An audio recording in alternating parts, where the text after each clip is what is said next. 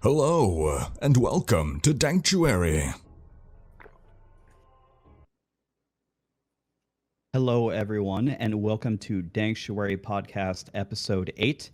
I am joined by some amazing players. I've got Mr. sVr, Mr. Lexy, Wudijo, and the Thapchild with me today. How are you all doing? How is your guys' Thanksgiving, if you guys celebrated it? Are most of you zombies by now from the opening weeks of Diablo and WoW? Played way too much. Pretty much, yeah. I'm doing good. Thanks for asking. Oh, yeah.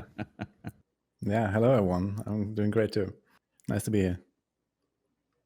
So today we're going to be talking about how leveling up went for us. We're going to be talking about a bunch of things with the season 22 and the theme, and probably a very hot topic for a lot of people that have been playing Diablo, a lot of the connection issues.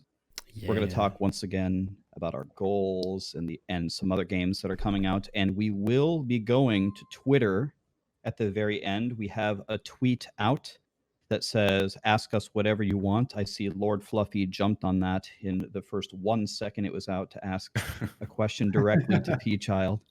So I'm scared. Whatever you guys want to ask us, let it fly in there.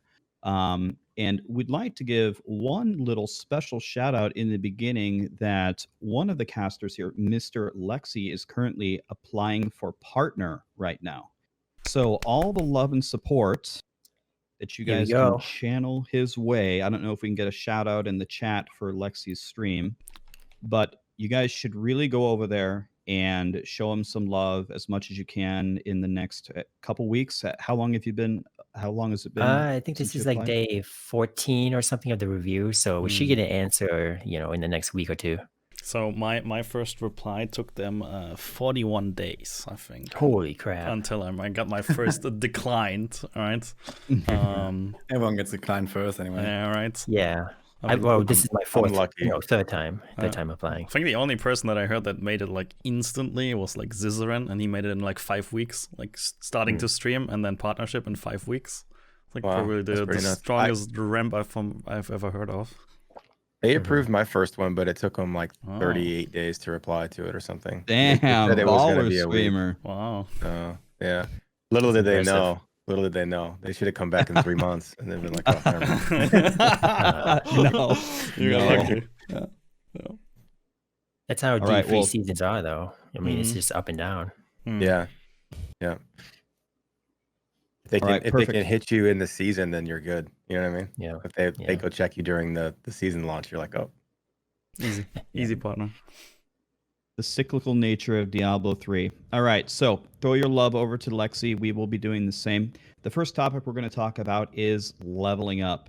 So I know Woody and sVr started together, and I'm pretty sure I was watching, even though I was supposed to be sleeping. I was watching, and you guys destroyed it. So can you guys tell me what strategy did you use? How long did it take you? What character did you use? Can you walk us through the strategy? Maybe we can start with Woody. Yeah, so we tried to set up a really nice strategy with the chest leveling, with 3 necros and 1 barb, going for rats immediately after 70. Yeah, and then the servers crashed and no one could make games and nothing went really well. So we had kind of like a hybrid strategy, like on the spot. And we tried to do clones a little bit here and a few chests there and some massacre bonuses there. And yeah, somehow we improvised. It was really funny, but it worked really well in the end. Yeah. What did you have? 46 minutes, I think. 47, yeah. It took us 47 minutes in the long run. Server stability was a real issue. Like, for instance, like Woody invited me and my game crashed. And up until then, like from there on until like 2 days later, every 20 seconds I got an invite from Woody. Like I always got a pop up with Wudijo invites you to a party. If I clicked on cancel, I got error code 1006. If I click on accept, I got error code 1006. So I had to let it run out, right? And immediately when it ran out, it would pop up again. My entire chat, like I was sitting on like 3,000 viewers, my entire chat was like going crazy about this invite that was happening all the time from Woody. Like every Many single memes were time. born that day. Yeah. Yes. And sVr still has PTSD. Yeah. Yes. And the thing is, like, I was trained like a Pavlovian dog because when people invite me now, I don't see it anymore. Because after I've been ignoring it for 2 days. And nowadays I'm just playing normally and people invite me and I don't see it right now because of the first 48 hours. It eventually worked out to not invite me all the time, but it was crazy, dude. I was always getting Woody invites. Yeah. And we had this one crazy Temple of the Firstborn. Do you remember? Quadruple big room. Yeah. We had a quadruple big room layout all in one row, and there was a cursed chest, and there was a shrine next to the cursed chest. That was pretty good. It was insane. It was a 2-minute run, Temple of the Firstborn, and we got level 58 to 66 in one go in 2 minutes. Nice. It was insane. Yeah, we basically skipped the entire RS part almost. That is crazy. That's like those are like the hardest levels too. Mm-hmm. So yeah, we kind of needed to switch. We wanted to do cursed chest leveling, which requires you to recreate games all the time. And it also requires you that you split up into 4 different groups and then invite each other. But because inviting didn't work at all, you couldn't group. Clans were down, communities were down, and you just couldn't invite people. And you had a very high chance to crash the game. We just decided, all right, you know what, we're just gonna YOLO it, and we're doing like mixed clone massacre leveling, and it worked out way better than expected. Like I was expecting, all right, boys, 90 minutes leveling, let's go. But then we dinged 47 minutes in. That was pretty good. So that was unexpected, but very buggy. Like it was very buggy. I had 2 crashes during leveling. People in chat were raging because they couldn't start games, or they couldn't create groups really.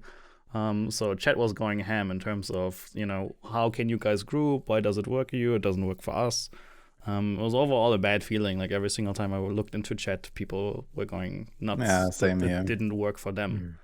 So that was very only you was unfortunate. comparably good though, compared to NA that actually went down entirely.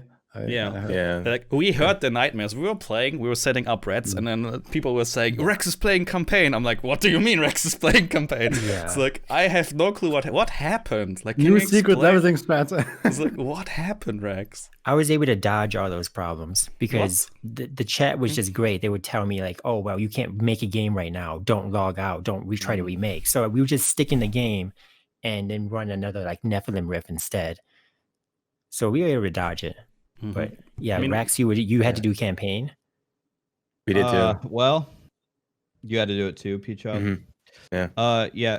It was easily the worst leveling experience of it. I mean, I've ever had. So let's see here. So all right. So we started to do the challenge rift, and immediately Dweeb, or one of our players, just could not he couldn't log in. He just couldn't get in. And so we're like, well, we have to wait for him. He finally got in. We did the challenge rift, and he just kept disconnecting. And so we were like, all right, well, we have 3 people. And then we started going, and then yes, not only could Dweeb not ever connect, so we were essentially down an entire player. Then like North America just kept going down, and the only 2 people that were left were me and Wario, and we couldn't make a game. And then Wario is like, oh, I figured out something. We can make campaign. And I'm like, how long does it take in campaign to run for it and get a shrine? And it turns out it's a long time. It's a long time. So we were like trying to go through campaign, getting like a bar of XP. But the only saving grace that even remotely helped us is in campaign, by some miracle, one of the monsters dropped Stuart's Greaves. No way. I was like, oh my God, this is the best thing we could have possibly gotten. So I put that on. And when our team could finally log back in and we finally got Dweeb online, then they just threw me all their legendaries. And I was just zipping around way ahead of everybody, clicking all the shrines. And we had to level that way because the servers kept crashing. And there were some teams that had an incredible start that didn't crash at all, and they got to level 70 and they had like a T7 game on, and then the servers crashed and they're like, don't leave. So like I'm just sitting there in menus or like doing campaign, swinging my axe, killing a skeleton or whatever, and I see them completing GR30, GR35, GR40, GR4. I'm like, this is such bullshit. Oh, I was very salty. Yes, I can so imagine. how long did you take to get to 70? It was well over an hour, and when we ding 70, Dweeb actually did amazing. He was logged in for like 5%, I think like 5% of the whole night, or the leveling part, and he reinstalled Diablo twice, 2 full reinstalls while we were leveling to try to log in. But when we ding 70, he was like level 64. I was like, how are you level 64? I thought you were gonna be like level 20. So that was pretty impressive, but it took us a long time, man. We were so far behind. My group had the exact same issues. We logged in and the server went live, or 7 o'clock rolled around, which is when it hits for my time zone, and we couldn't make characters. So you see your whole entire friends list just start logging out, logging back in, and then I'm like, chat, does it work? And they're like, yeah, log out, log back in. So, okay, so we logged out, logged back in, and then we were able to make the seasonal character. Then we couldn't get grouped up. Some people couldn't get in the challenge rift. Some people couldn't get in the party. And so we spent finally, I was like, Fluff, you just go do the challenge rift, or, you do your challenge rift solo. I'll do mine solo, since we can actually get into them. And then he went to start to get Kanai Cube for us while people were just trying to join the party. I mean, it was such a CF. And then the same thing happened. We were leveling, we were doing the shrine method. It was going pretty smooth at first, and then NA went down. And then we're like, we left game to make a new game to get new shrines. Couldn't start a new game, and then figured out that we could do campaign. So we started doing. I mean, campaign was so bad. It was so slow and no experience. The whole process took us about 1 hour and 15 minutes, and that's it was mainly because we spent 30 minutes doing campaign, unable to make a game. So and no Stuart Greaves drops. I'm taking. We didn't get anything. Yeah, we had some pretty crappy drop luck until 70. I think we ended up getting the first Haunted Visions at around 200 Paragon, which was the gear shifting, that we could take off. So yeah. So I guess while we're on the topic of it, maybe we should talk about the server stability in general, because it always seems to be, at least in North America, but I think on EU as well, like didn't EU go down yesterday and there was like DDoS attacks or something? So maybe we were playing at that time, but we didn't get any. Like we were grouped, and we could still start new games, and we were doing red runs. And every single time we would kill the boss, we'd get a pop-up that we would be disconnected from the server, but we could just click it away, loot the items, and then continue running. Like we had a lot of people in chat asking if everything works for us, and the only issue was just when you killed the boss, there was a pop-up which told you were disconnected, but you could just click went on OK. for a few hours. Yes. Yeah.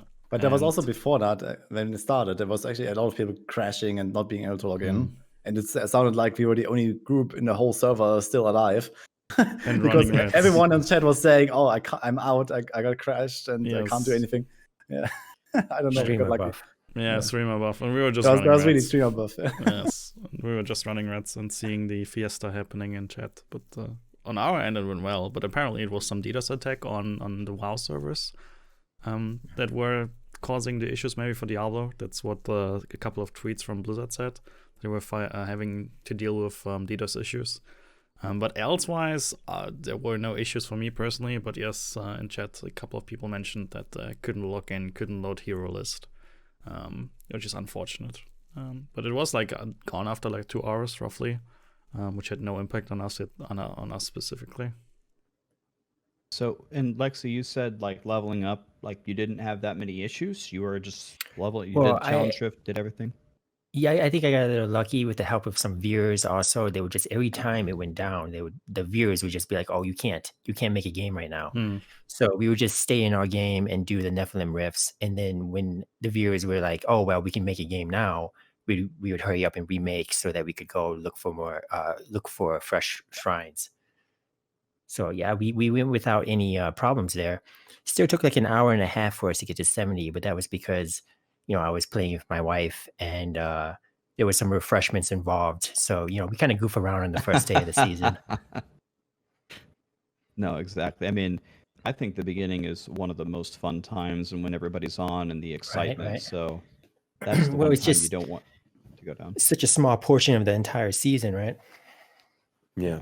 We need It to is we need to such make a it long exciting the portion. whole time. Yeah.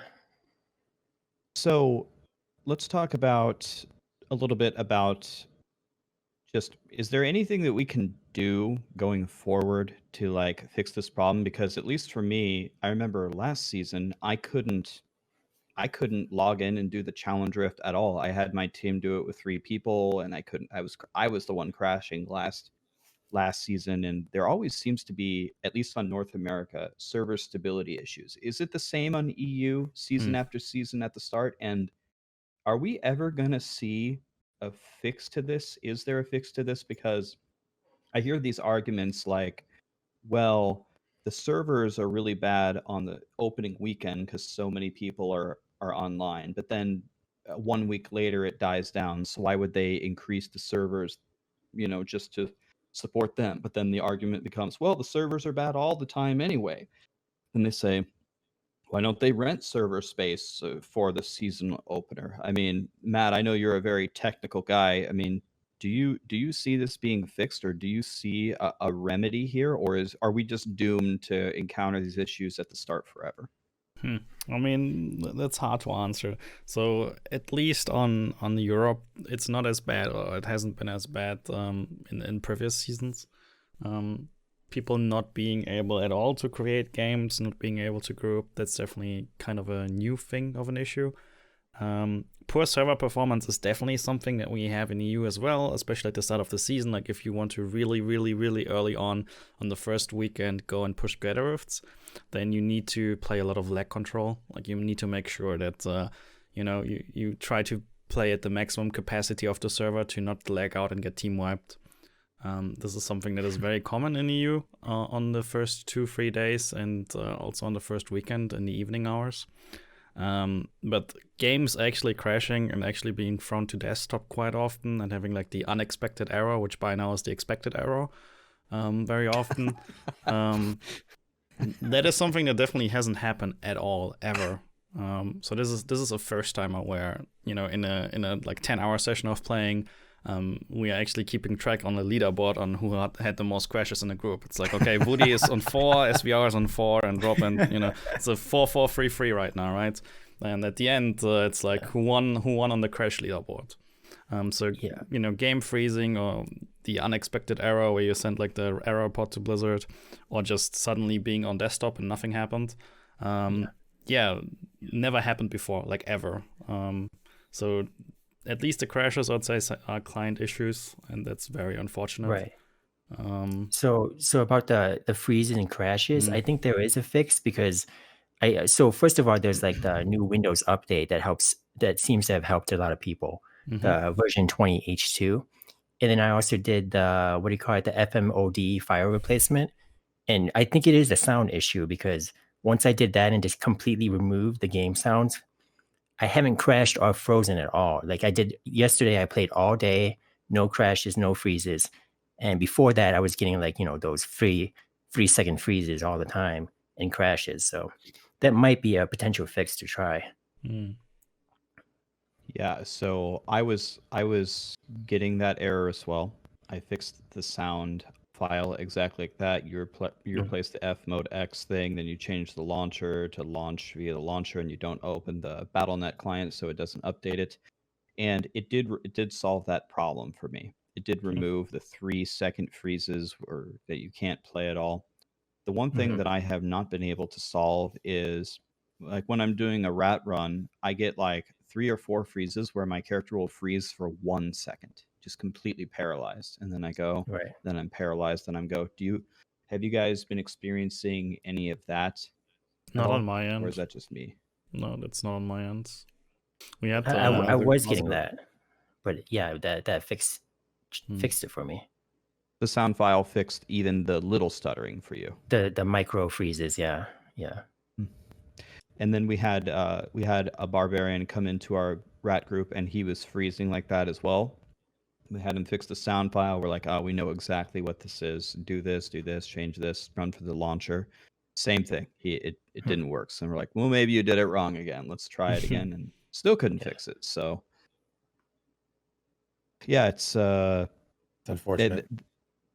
Yeah, that sound thing. Have you been freezing P at all? I haven't. or I been haven't through had it? freezes, but I did have the client crash as the desktop. And historically, so I've worked in IT for 20 years, and my system's pretty top notch. Historically, and with Diablo, I've never had the game client crash. I mean, like maybe a handful of times ever in life, and it's crashed several times this season, which it never does ever. So there's definitely something with this patch or this update that's causing the client to crash. So Yeah. but not as bad, not as much as other people. I people complain a lot in my chat about it. And I'm pretty fortunate. I've only had a handful of times, but yeah, I think it's just it's an rat issue. runs, right? Like, I'm not freezing outside of rat runs before. Well, it could be. I'm not doing a lot of rats this season at all. So in our group we have the I mean, I had a couple of crashes where I was just in town and I clicked the identify book. Like during identifying, I actually had one person, right when it happened, I had one person ask me, why do you not play hardcore? And I was like, well, I'm not a hardcore player. I went to the book, I clicked it, and then my game crashed. And I looked into the chat, and I'm like, that's why I don't play hardcore this season. It's like, even crashed on identifying items, client crash. But yeah, I'm not sure. There are a lot of people who think it's the clones. It might be the clones. Clones definitely. I managed to crash some... twice in the same red run, so that was yeah, not crashing once but twice. You started the rat run, crashed, got back into the rat run. Yeah, just as I caught up to the party, I crashed again. It was amazing. Yeah, did you guys also notice some issues with getting a lot of clones, right? So if you had the first pylon, it's like, okay, you get the clones. It's a bit, you can feel it visually, right? That clones are there, especially the necromancers with like the corpse explosion and the spiders. Then you click the second pylon and you have 8 clones. You can definitely feel it a bit stronger. And then you need to really think if you really want to click the third one, right? Like clicking the third one is super dangerous in terms of FPS. And we actually had one festering where we had 4 pylons and we clicked all 4 of them. And the fourth one was a shield pylon. And when we clicked the shield pylon, right, the game froze, and we only had like 1% left to actually spawn the boss, right? But somebody, I'm not calling out names, Woody, clicked the pylon, the shield pylon, right? A pack spawned, right? We had 16 clones on the screen, and then the entire game froze, and then 10 seconds later there was suddenly loot on the ground. And that was it. It's like so apparently the game clocked up entirely. The clones or my mages killed the monsters. The boss spawned. We didn't see the boss. We just saw loot in the end, and that was it, right? And I was like, that was interesting. That was fun. So clicking 4 pylons is super dangerous, and the clones are going crazy with the animations, and it's a lot of things are happening on the screen. So I'm not sure if server issues are due to clones sometimes, but it's crazy what they do in terms of how much they cast, especially with like if you have 16 clones and 12 of them are necro and they have Land of the Dead running and click the corpse explosion, it's insane. Yeah, and that's the perfect segue probably into the next topic about talking about the season 22 theme. And yeah, so that's the first issue is the lag portion, right? Especially when you click multiple pylons. And one thing that I kept asking myself, and maybe Thapchild and Lexy have a different opinion, but I know sVr, Woody, and I have been blasting a ton of group stuff like all the time. And it's definitely very, very laggy with the clones. Have you guys tried like a little bit of solo or maybe 2 or 3 player? Is it still as bad? Was it as bad, Thapchild, or were you always with 4 as well? I don't. So for the season start, we definitely had 4, but we didn't go rat runs off the bat just because we knew we weren't going to blast the whole season, and so we wanted to just mix it up and try some off meta. So we actually went bone spear. We tried to do a bone spear comp, and it was okay. We don't when you're not blasting them quite as fast as high a level. I don't think you're going to get, like sVr was saying, with 12 clones on the screen at the same time. We'd probably get 8 maybe, but we wouldn't hit that third pylon. But no, it didn't feel as laggy to me. There was definitely issues. Like you could feel it when you had the clones out. If you got 2, then you're like, okay, you could feel it. But not the experience. I haven't had the lag experience that you guys are getting in Rats. So Yeah, so maybe part of that is a function of just like zipping through at the speed of light and clicking, multiple pylons. Woody and sVr, did you guys get lag when you guys were pushing metas? Like when you're going a little bit slower and setting it up? Wasn't that too. Bit, On the big pulls, you can easily lag out with the clones. Yeah, we definitely ignored a lot of pylons when pushing. Like it was like when we were progressing tiers, like 144, 145, 146, right? And we were like, yeah, we should skip this pylon because at this point this is already a clear even vote the pylon, and the pylon only is unnecessary risk to get lagged out and team wiped. So we skipped a lot of pylons that normally in normal play we would have clicked and used. So that was like just a precaution to don't click. We don't know if clones is what disconnects us. So let's just get this clear in. It's just a stepping stone to the next tier. And that's how we progressed. So that was kind of very weird. We never had this ever. It's like, don't click the pylon because it's already clear. So it was kind of, but that's how it goes. Elsewise, yeah, it was laggy. Like we were pushing 150s within on the second day. So we did it in under 48 hours. And it was laggy. And there had to be a lot of lag control and making sure that we pixel and pull properly without going too ham and disconnecting, which is definitely an entirely different game instead of just pull maximum density, pixel together, and just blast. It is interesting, I guess, but definitely also super frustrating when you just overstep. When you overstep your boundaries, it's like you're not really playing the game to its maximum capacity. You're playing against the lag, which is a weird feeling on day 2. But that's how it is. In the 150s, you have the Crusader in there too, right? So you get the clone with the Fist of Heavens. Yeah, we did without Crusader. So we did triple support with Bronzebeard to rush to 150. But today, for instance, we played with Crusader. Yeah, we dropped the Z-Monk and we're playing with CDH and Crusader today. But on the very first day, so in the first 2 days, we didn't go with Crusader. Is that the clone that flies in the sky and never comes back, or did they fix that? I haven't paid attention to this. That is not fixed, by the way. It still happens. No, it's not fixed. Yeah, it still happens. He still disappears. That's interesting. It was quite funny. Like in T16, you can use the clones to wear canes and have the clones kill the boss for you. And I was farming T16 at some point with Norfar, and he had a clone. And we both equipped canes. And the clone jumped and he was never to be seen again. Relying on the clone to kill the boss so you can leech off the canes is a common strategy. And then the clone just says, nope, not with me. His people need them and he's gone. Exactly.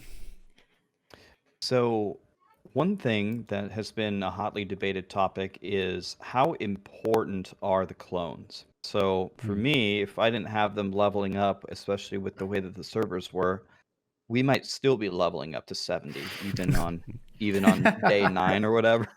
But with Stuart's Greaves and the clones, they carried us super hard. And actually, you know how like normally when you ding 70 and you have like you're making this build to like build into Rats. I mean, the build was for me was equip 13 legendaries and just click shrines and just run as fast as you can, and that's going to be good enough, or just be strong enough to spawn a pylon in GRs and then just run. And we did that to build our entire Rats. That's all that we did.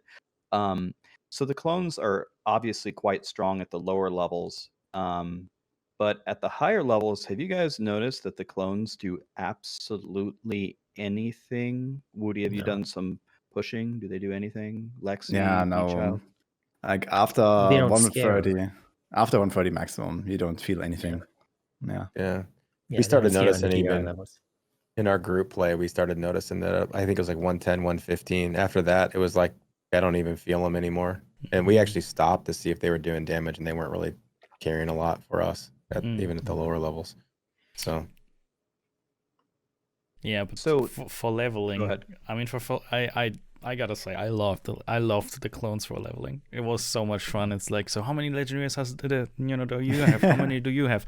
Who's clicking the pylon? And then protect the person was this like, 3 people throwing their bodies in front of that one person was like the 3 Secret Service guys protecting the president, the one who clicked the Yeah, shrine. funny. That was super fun, and it's like, who has the most legendaries, who just got the new 2-handed weapon upgraded, who's actually clicking the shrine, and then pathing was important on the map. It was like such a cool mini game to level like this. I enjoyed it a lot. I'm actually very happy that. So it's kind of a weird thing to say, but I'm happy that the servers didn't work, so we didn't just do cursed chest, which we always did, and it's like it works well. So it forced us into doing clones, and I just enjoyed it so much. It was so much fun, and it was also fun, during gearing up, like utilizing the clones. But yes, they fell off pretty quickly. Like from 80 to 100, we still felt them, and they were pretty cool. But at some point they're just useless, and all they do is really they clutter your game immensely. So I would be happy if there would be some tier where they disappear, where this specific theme of this environmental theme does not occur anymore. If it's if that's the thing that is actually causing crashes, then at least that's fixed for all people that play super high tiers. So I don't want to be one of those guys that pushes solo, like you're going for the rank top 3 push. You invested your thousands keys, you got the 1 key, and then you click a convert and you get disconnected because of some clown bug. That feels terrible to happen, and I can already feel the pain. So if clones would not work past a certain cutoff level, then at least it would remove some stress from the servers and maybe even fix some potential crashes. I think that would be a good thing, because right now they do nothing on those tiers except clutter, and that's it. Yeah, it's a good idea.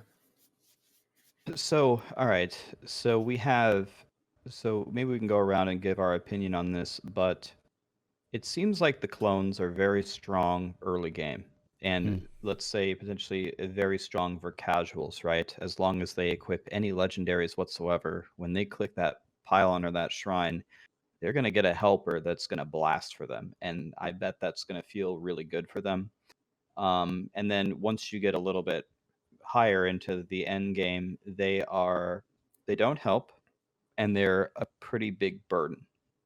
So Matt already provided one solution where they would be turned off at a certain greater rift level. That's an interesting idea. I mean, I think that would work.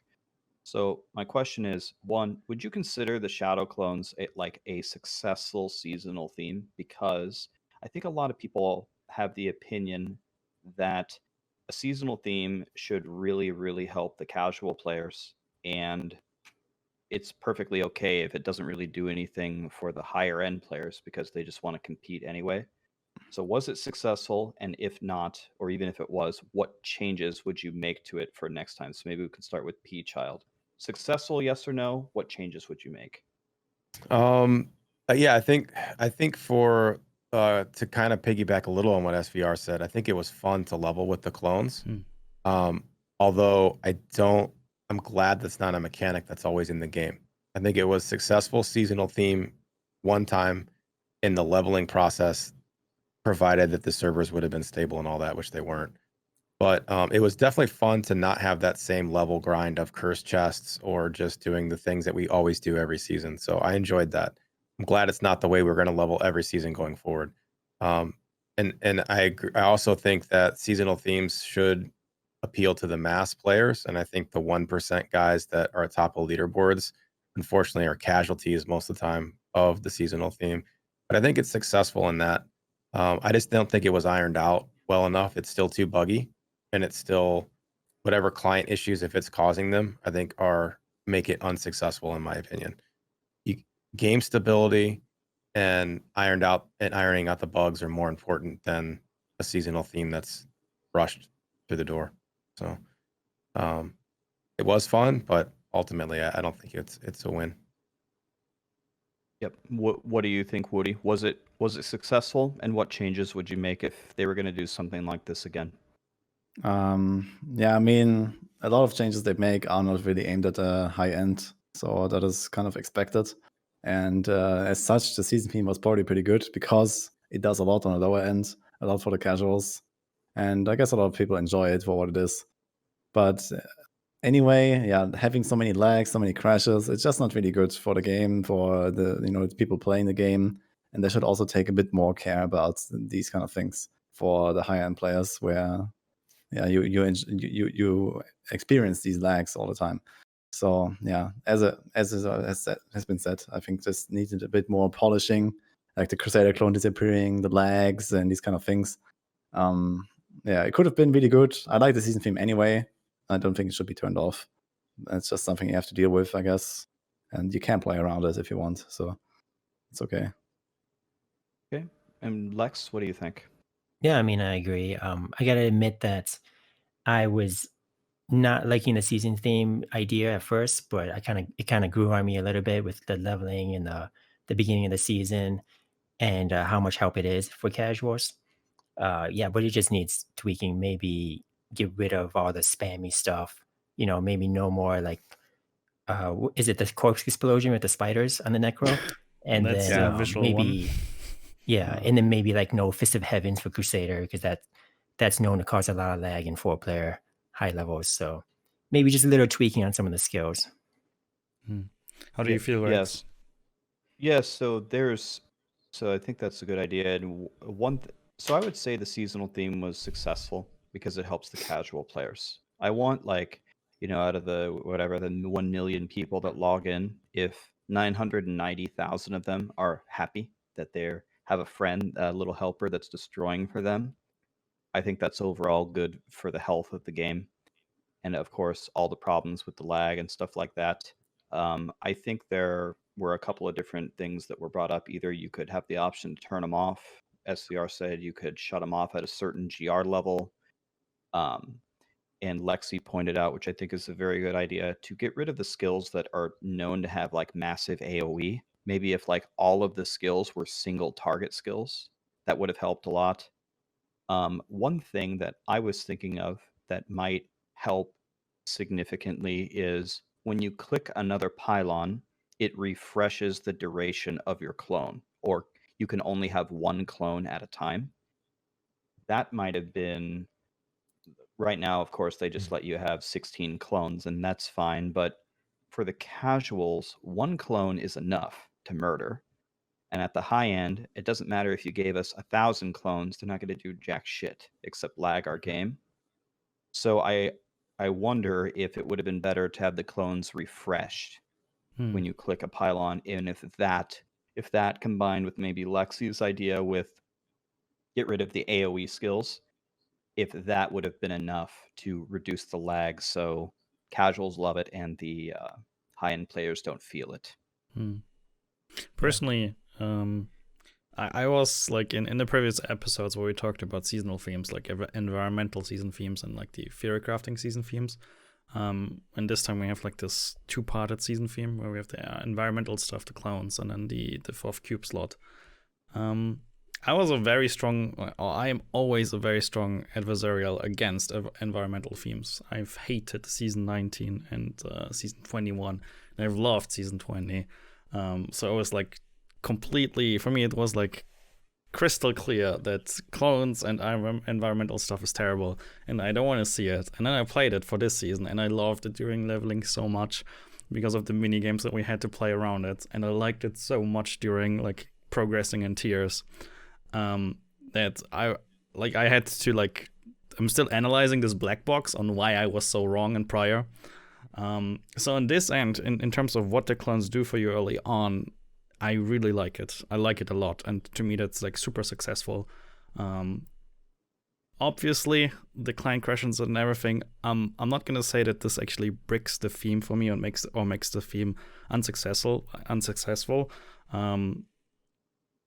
It's a really good idea with some unfortunate execution that we have client crashes, but that's the reason why I'm not going to say that the theme itself is a bad idea or bad design. I like it a lot.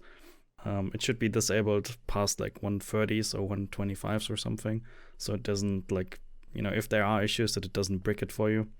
But overall, I think for the greater good of the community, a lot of casuals will love it. And for some reason, and I'm still not sure why, I loved it. So to me, this is a very successful theme with some unfortunate execution issues. What if they put a checkbox like the season, like how you do a Greater Rift now and you empower it? Just put a checkbox, disable the seasonal theme. Yeah, that would be amazing. And then it's your choice, because it doesn't matter in normal gameplay or T16s. It's one thing that I also wanted to weigh in is in terms of client crashes. I'm not sure how many of you guys played Heist in Power of Exile. I played it for like a couple of days, and it's worthwhile noting that there has been plenty of crashes in that PoE league. I got crashed a lot, and it completely bricked the fun for me. I'm a ultra casual in PoE in comparison to what the streamers do, and I play PoE, but I don't stream it. I'm just a casual, and I like to watch the big streamers and see what they are doing. It's a lot of fun for me, and it completely bricked the fun for me out of it to get crashed in Heist. Like I opened a couple of heists, I got crashed multiple times, and I just straight up quit. And this is exactly what I see happening in my chat quite often. There are people that are running solo bounties, for them that's normal, and they get crashed in solo bounties at the end. Like, a couple of bounties left. Like, those people are literally in chat and like, well, there goes my season, see you next time. And that's a bad feeling, and I feel really, really sorry for them, but I totally understand. I absolutely get it, because I had the exact same feeling in PoE Heist. And GGG had this issue. D3 has right now this issue.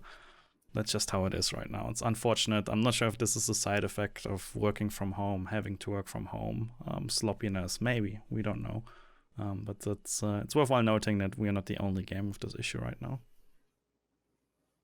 So if we zoom out here, if we were going to leave constructive criticism for Blizzard, are we saying that in general, seasonal themes, the win here was a seasonal theme that is very fun to use and is very strong for casuals. And the downside is the lag. So having those two things in mind going for seasonal themes going forward are like the mantras that they should use. Is that right? Is there anything that you would add to that, Woody, for example? What are the main things that you would say to Blizzard to have in mind going forward for the future seasonal themes, learning from this one? Well, I think it's always important to test the extreme scenarios. So the super low end, the super high end, and then, for example, the shadow clones. What happens when you have 16 shadow clones active at a time? So, if there's ever going to be any similar stuff where you can stack up certain effects through whatever measures, I think they need to basically put more attention to this, and then make sure that, we don't crash and these kind of things. But yeah. Yeah, that's probably the most important. So it's always go for the extreme scenarios and kind of like think what can happen, basically, and then optimize for that. Yeah, I mean, that's really good. Test the edge case scenarios and see how extreme it's going to be. Yeah. Any other thoughts on the high level feedback that we would give Blizzard before we talk about the other seasonal theme? Anything else on Shadow Clones? All right, so let's go to the other side of the seasonal theme, the 4th cube slot. So, Lexy, how do you feel about the 4th cube slot? Has it been a lot of fun for you? Has it impacted your gameplay? What do you think about it? Yeah, I mean, it's been great. Rats are OP. I mean, I really like it. Having more choices, stuff like this is great. But obviously, if they want to keep it around, they got to work on balancing for the 4th cube slot. For example, like Wizard, super clunky to have the 4th cube, Death Wish in Hydra or Frozen Orb. So we need something else. We need something else there. And then they got to tone down necromancers in general for the 4th cube slot. So there would be a lot of balancing that needs to be done. But, throwing the balance out of whack for a season is kind of fine for me. It's supposed to happen, I think. And that's what brings some of the fun to a season, is just having things be kind of super OP, right? Yeah, a lot of people are saying, wow, Necromancer pay to win, Omega Lol. I mean, it's 4th cube slot again. Here we go. If you don't have the Necro pack, you can't play the season. But what a lot of people probably are missing is, well, when you take away that 4th cube slot and you go into non-season, Bone Spear is not quite it's still really good, right? But it's not quite the juggernaut behemoth. We're seeing triple support, lol, RGK, and trash clear right now. So, and that's another just interesting concept that I've talked with a lot of people about. is it okay to completely throw the power level of different classes out of whack for a season, as long as it's not always in favor of Necromancer? I don't know, Matt, what do you think? Oh, I think absolutely. I think Lex said it already. Like if if you just throw out balance out for a season theme, I'm in. Like the more crazy it gets, the better to me. Like bring it, definitely bring it. Like if we have to rethink the entirety, like if we have like a very clear way of playing and a very structured way of the theory of builds on non-season, right, with like 3 cube slots, then I'm happy. Like that's very, like when people come in, what's the best, and here it is, that's what you should play on non-season, enjoy, have fun. But like 2 weeks before the season, when people come in and they ask like so how it's gonna look like, and if all of us are like, no freaking clue, dude, it's like impossible to really evaluate, it's gonna be crazy. I like that a lot. Obviously the 4th cube slot is something where like non-season balance and seasonal balance are way apart. They look entirely different, and I'm very happy about this. I think this is like moving on. I'd like this to always be the case.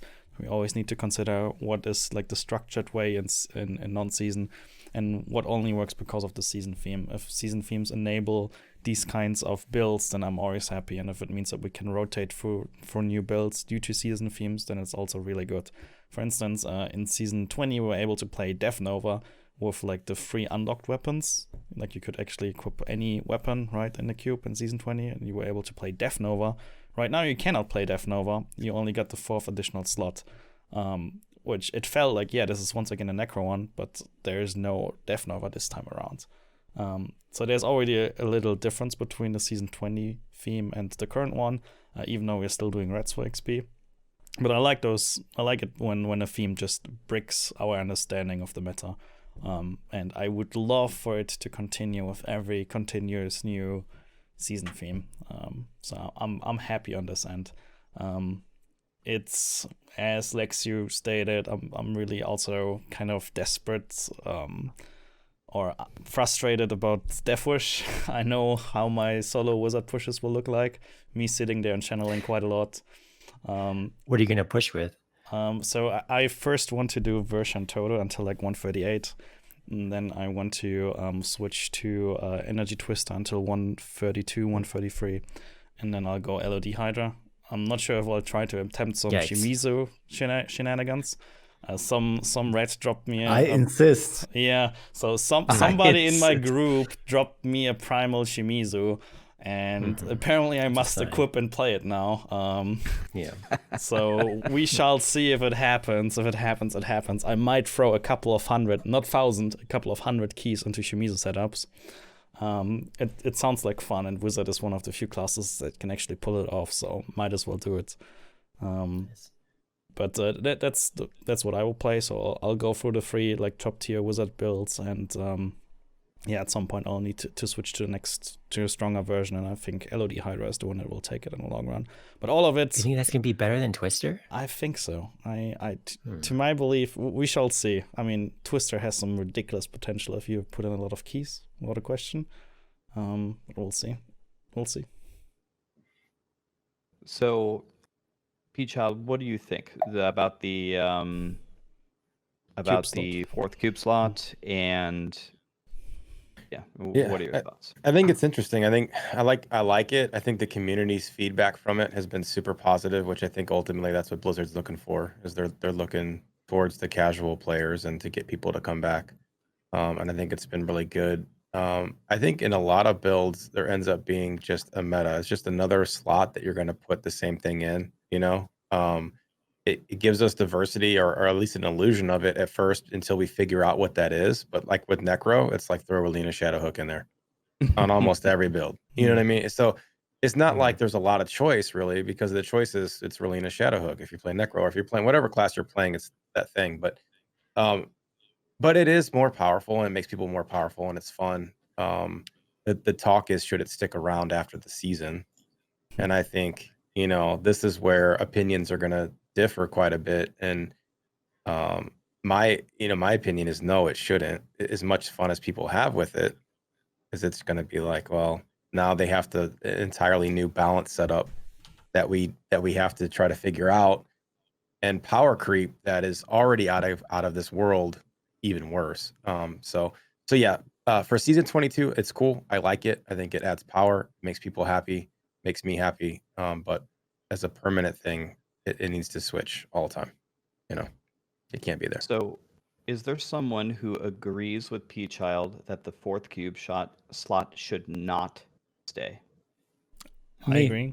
agree. It should not stay. Well, I think what they could do is what would actually be pretty cool is have like a alternate version of the fourth cube slot as a permanent feature, where it's not completely free, but you have like a certain selection of items, especially utility items like Nemesis, illusory boots, what's like an guards, whatever, these kind of things, and not the big multipliers.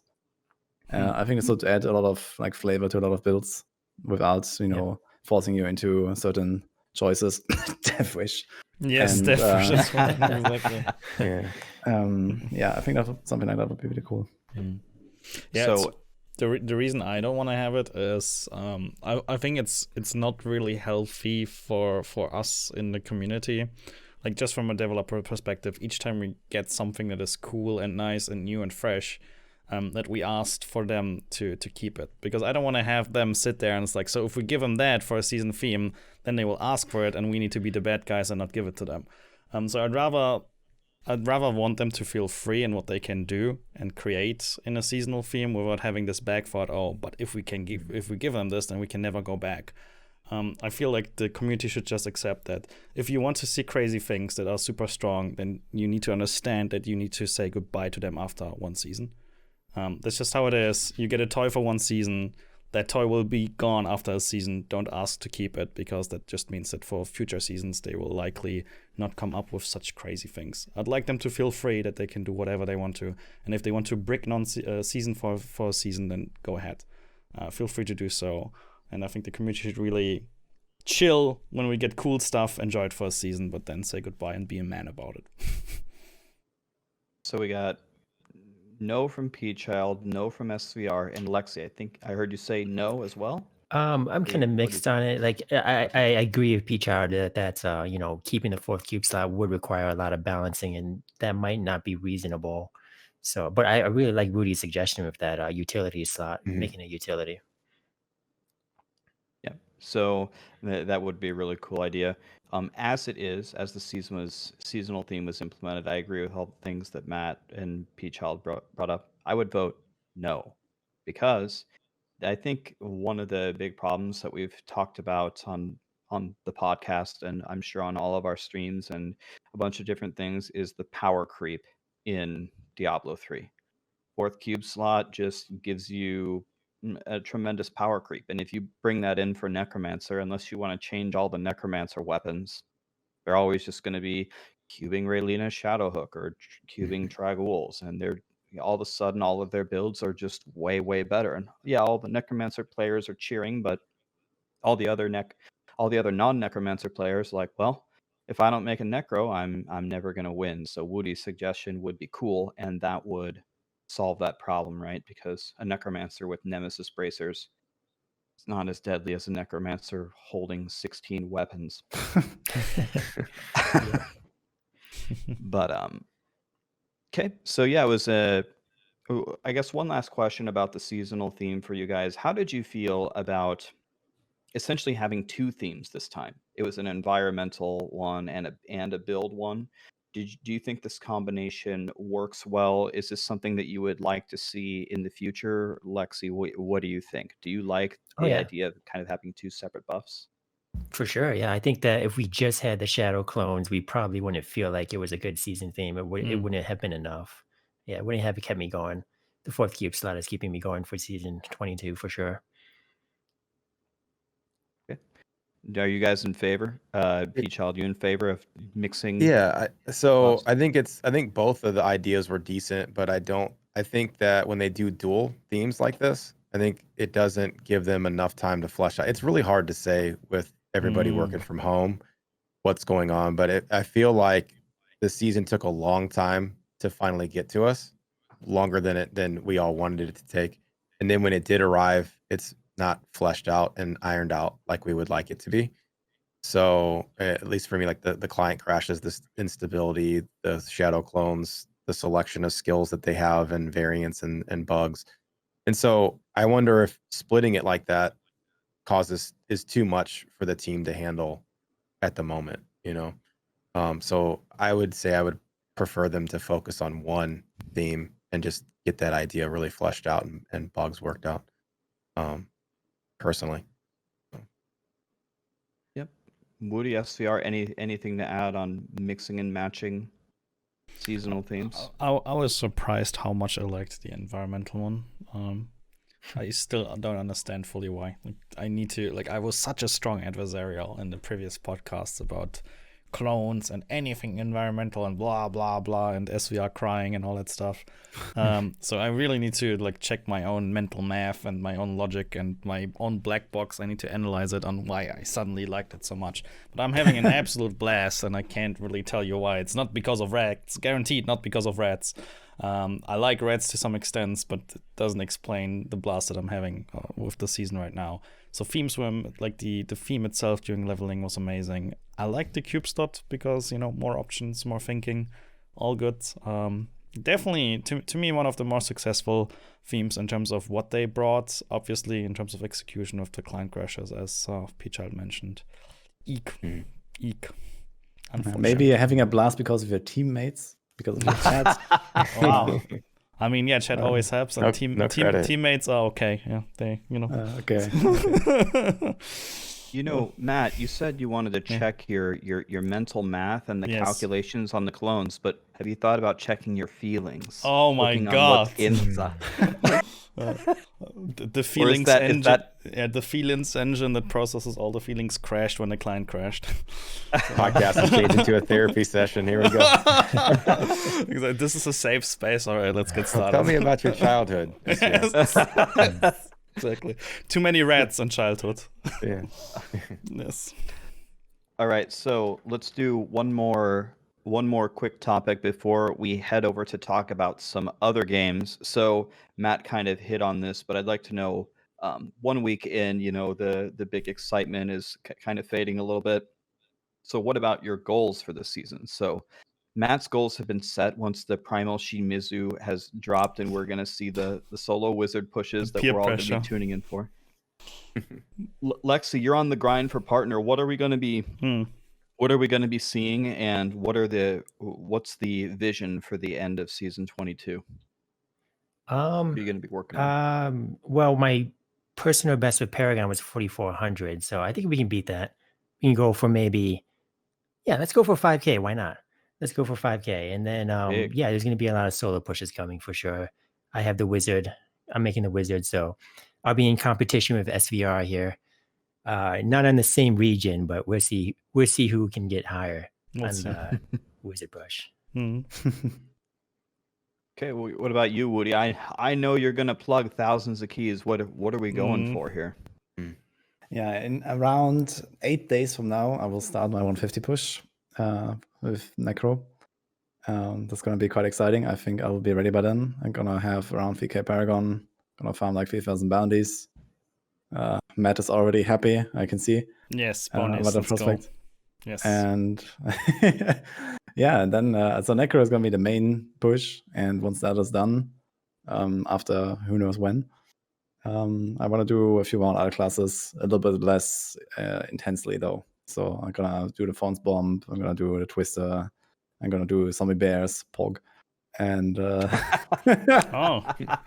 110 clear income. some Uliana 80 pushes action. on zombies. Got it. Yeah, exactly. Some Uliana action. So I have some plans for the other classes, but we're not gonna farm like perfect gear in every slot, and maybe some of them are unaugmented even. But yeah, so this is I'm gonna have 2 big pushes, the Necro and the Crusader, and the rest is gonna be like a bit more casual. Cool. Awesome. And Thapchild, I know we'll get into this in a second. I know you've been mixing in a lot of WoW. Are you done with season 22? Are you still going to play it anymore? No, I'm still gonna play a little bit, but it'll be casual. I'm not gonna grind it super hard this season. This has been like the craziest, and I talk about it in stream and stuff a lot. That this Christmas holiday is the sickest video game release holiday in the history of my life. I think, with everything that's come out. So, and things that are coming out down the pipe. So I'm gonna just casually finish up the rest of the season. So. Yeah, no, sounds good. We'll see how fast I can hit 5,000, but I might try to go for Paragon 6,000 this season. We'll Yikes. see. Crap. That's a lot. That's a lot. Yeah, 4,800 is halfway. 4,800 is Oh that? my Oh, God. wow. Oh my god. Crazy. Are you doing it mostly think with you can do it. rats, or are you going to do metas as well? It just has to be rats, man. Rats are way too Rats. good. So what about It's the solo push then? Are you doing necro solo push? Yeah, hopefully I'll be able to throw down the 150 necro, and then I will probably try monk. I'll probably go POJ Shenlongs because I hate myself. Oh Shenlongs, god, that's fun. because Man, Shenlongs doesn't even it's work. really fun build. Yes. Really fun when Shenlongs works. I Where heard are that you, they didn't. Shenlong? Yeah, it's like when are you going to activate? Can I please do my damage now? Mhm. I'll probably do Whirlwind Barb just because I love Barb. I know it's an old build and probably not exciting to see anymore. And I'll probably go God DH again. Let's try it again. Why not? That build's fun. It might get nerfed one day, so I better enjoy it while it lasts. Not completely committing to the 6,000 yet, but let's see how fast we can hit 5,000 and go from there. All right, so Good luck.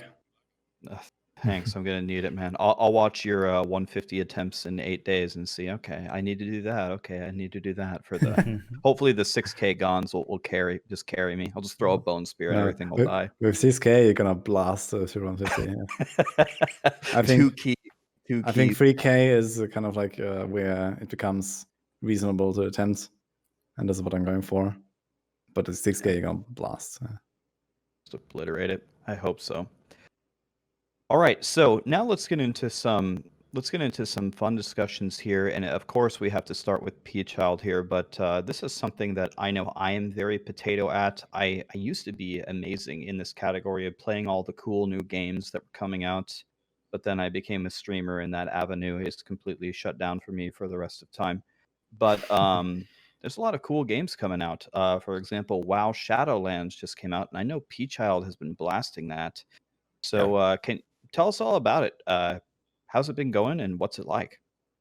It's fun, man. If you're an avid WoW player, this is where people fall asleep. But if you're an avid WoW player, it's probably been the best launch of any of the expansions that I remember. Story's good. It's Better very than Burning driven. Crusade? Yeah, I mean, it's a different game now than back then. Yeah. But yeah. So it's been a lot of fun, man. I've been blasting it, been going hard. It's a lot of alt friendly, so if you like having multiple characters, it's now a thing that you can feasibly do and not, poke your eyes out. But it's been good. I've been enjoying it. I've been having a blast, and I have 260 characters already starting to, get the grind going. So it's fun. And didn't they do a gigantic like stat squish? Is now like is it for someone who hasn't been playing WoW maybe ever or recently? Is it pretty easy to get back in and get into, get deep into WoW? How is that experience? Yeah, they revamped the leveling process. So as a new player, you come in and they've streamlined it. And because before you had 5 expansions or however many there was of just content, and you're like, I don't even know what to do. You do a little bit, and then all of a sudden you've out leveled. You're somewhere else. So they streamlined that process. They squished the stats. They squished the character levels. They really hold your hand as a new player and say you should go here and do this, and they kind of follow you along this path. And then when you hit this current expansion that's very campaign based, like it's a nice little path to follow before it breaks off and then opens up to you. So yeah, I think as a new player, this would probably be one of the best times to jump in since probably vanilla. It took a lot of effort in that. So Woody, revamp. Lexy, sVr, will we be seeing any of you guys over on the WoW side? Have you guys ever played WoW? Do you guys like the game? Yeah, I would really like to play Shadowlands actually, but this was such unfortunate timing. Yeah. I usually play every expansion launch, and I've been blasting really hard. Like WoW is probably still my most played game before Diablo, even at this point, if I count the total hours. Same. So How yeah, is that even possible? What? yeah. I don't know. I I've like maybe 7,000 hours on Diablo, but I definitely have more on WoW. So Crazy. That's the same for me. I would really love to play, and I also did play at a very high level in the past. And yeah, I mean, those times are over for me. But yeah, Shadowlands, like with my friends, my brother, like usually all come back together and blast like 5-man dungeons. That's really amazing. And then seeing the content. Yeah, but maybe in like a month or so, when my seasonal goals are reached, then we can talk about that. But yeah, for now it's Diablo. So Yeah, I it's the never same. I never played WoW, and I will likely never touch WoW. Like I know for myself, I have like a kind of addictive personality when it comes to grinding games, and I have like this deep nested fear that WoW is the end of me if I ever start it, and I'd rather not open this Pandora's box, if that's clear. So that's me when it comes to WoW. I had a lot of colleagues that really liked WoW and tried to get me into it like 1,000 times, but I just never wanted to play it really. And I just stick to Diablo and that's it, and some Path of Exile. So I'll never test WoW and I'll never play it. I know it might have a too strong pull on me, so I just refrain. And that's me with WoW. So it's a game I can't really say too much about. I'm interested in the stat squish though, Thapchild. Is that something that you would like to see in D3? Absolutely. Okay. Yeah, I talk about it all the time. It's probably a daily topic every time I'm streaming Diablo. It's like they need a stat squish. So how heavy was the stat squish? Was it like a factor 1,000 or what was the factor? It's kind of even hard to put a number on it, but yeah, I mean, it seems like there's a constant thing that they've done it 2 or 3 times in a while now. I can't remember exactly, but they cut the level in half. So max level was 120, now it's 60. Your HP numbers have gone from, in the past, I know I've had characters that are 500,000 HP or whatever, and now I'm in the 20,000s, 30,000 range. So they definitely squish damage, like everything. And for Diablo, I mean, think about if they were to stat squish our damage output and the health of mobs and everything that we're doing. Just think about the server lag; it would free up. I mean, but how many zeros should I cut? Like 6 or 9 or 12? Yeah, I mean, Yes, can we hit for 1,000 instead of a quintillion? So I mean, how would you guys feel about a season where it doesn't matter what season theme it is, but let's say the consequence of the season theme is, after we played it, that the highest clear was a 4-man clear with GR 72. Would you guys be disappointed? Like, I wouldn't be disappointed. I think that's I'd fine say for hell yeah. Hell yeah. I would enjoy I'd it. also Yeah. say hell yeah. I think people would be upset for the first 2 weeks. They would And that's be it. upset. And then they'd be done. They're just going to be upset until they realize that leveling an augment only takes 1/3 of the time now. Yeah. Because fuck leveling augments. Yes. I'm going to slam this nice augment level 55 on my primal COE. Let's go. You're gonna have to do those 1%ers though. Yes, 1%ers are back. 1%ers. That's an entire new meta that is gone. You remember back in the days we had like specific teched out 1%er runs, right? And it's like, all right, for 1%ers we're gonna play this setup and this meta, and for pushing we're gonna play this. And nowadays it's like, what are 1%ers? And people are asking like, what are 1%ers? What did you do? Why did you do them? And then it's like the entire meta that got flushed out because we're just casually clearing 150s on day 2 of the season essentially. So I'd be in. It would actually re-enable 1%ers. So they will be, if we go with that exact scenario though, they will be happy to level the augments faster, but they're going to be very upset when they see their Paragon level, and they're going to be very upset when, I think it's GR 90, right? That gives you the maximum item drops, yes, right? 12. Yes, correct. So then people are going to be like, yo, where are my loots and my gons, bro? True. Yeah, the whole game slows down at that point, right? Yeah. I don't. It does feel bad to take away the speed, but it's like you hit it earlier, Rax. You said that God DH is probably going to get nerfed, and I expected it for this season. Honestly, I think we all probably did. We all did. But when you give that speed and then you take it away, what's going to happen? I don't know how they fix that, because that set in itself breaks the game so bad. Is it's so fast, it's so easy to play, and it's so powerful. And it's like now every other class has to measure up to that. You have to make Wizard that fast, and Crusader that fast, and Barb that fast. And if they don't, then you're only going to play the one class, right? So stat squish, people get upset. reset the game basically until and then it gives us a reset point that we can work and power creep up again every season until D4 drops.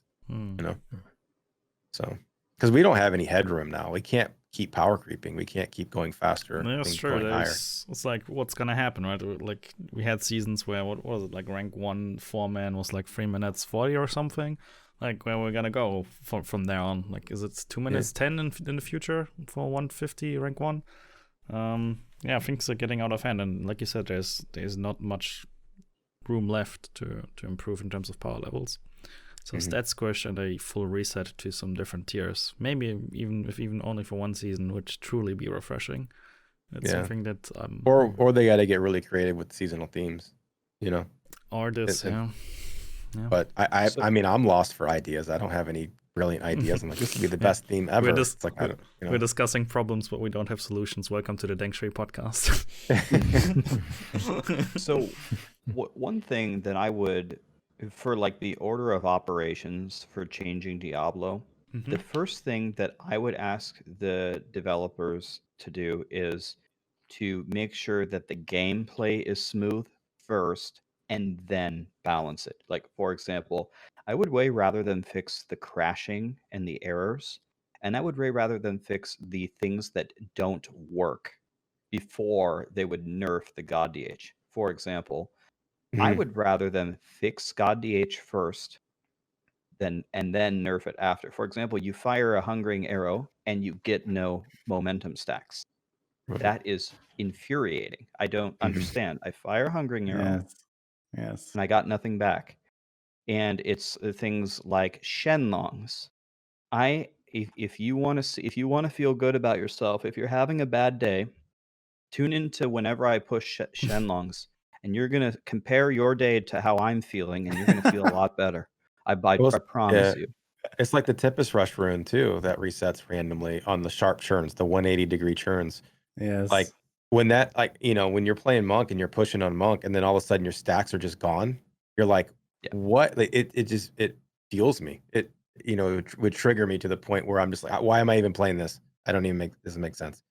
You know? Yes, and the Epiphany teleports while you're Tempest rushing that reset your stacks and the sharp turns. And then there's things that aren't necessarily broken, but like drive a horrendous gameplay style. One thing that was mentioned was the Death Wish in the 4th cube slot and having no options. Another thing is like the Mythic Rhythm nonsense, which I guess Woody's going to play with Juliana or whatever.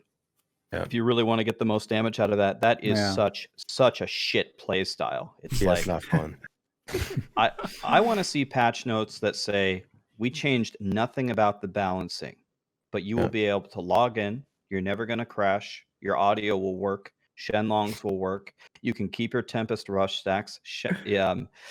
Mythic Rhythm just changed. I mean, or the what is the fix? The 2-piece or whatever that applies the palms applies the Mythic Rhythm palms automatically instead of the Blair Witch stuff you have to do over in the corner putting at the palm, and that's what I care about. Easy fix of Mythic Rhythm? Just make it a 20 or make it 10% instead of 40. Easy fix. Yeah. Just no one's going to use it anymore. Then no one uses it. See, just remove it. That's how they fixed Wizard in the previous patches. Yeah. They just nerf it. Exactly. It's like, I mean, to be honest, you can just go for that route and then buff Uliana in some other ways. It needs the buffs anyway, so why not? Yeah. Just nerf it into the ground. Yeah, I mean, no other build uses Mythic Rhythm anyway. That's true. I mean, we take an obsolete passive and literally just bury it into the ground that I guarantee will never see the light of day. So I want to throw a real quick reminder before we keep going here that we have a tweet out that is going to be our next topic when we get through all of this. We have a tweet out where you can ask us whatever you want. So we have some questions coming in. Make sure that you ask your questions, tweet us as a reply on the Danctuary podcast, and we're going to answer them shortly. So real quick, Lexy, have you played WoW? Any plans to play WoW? Oh, I used to play a lot of WoW, yeah. But I tried to go back for Legion. I had stopped playing after like Wrath of the Lich King or something. I went back for Legion, and it just didn't feel the same. Like Peachar was saying, they made some huge changes at that point, and then I was just like, I didn't really play much. So did you But play in like vanilla and stuff, or? yeah, way back in like vanilla and Burning Crusade, and yeah, that kind of thing. What we need to Interesting. do is we all need to go. So I'm like Woody. So for my gameplay hours for all time, I think Diablo 3 would actually be 4th.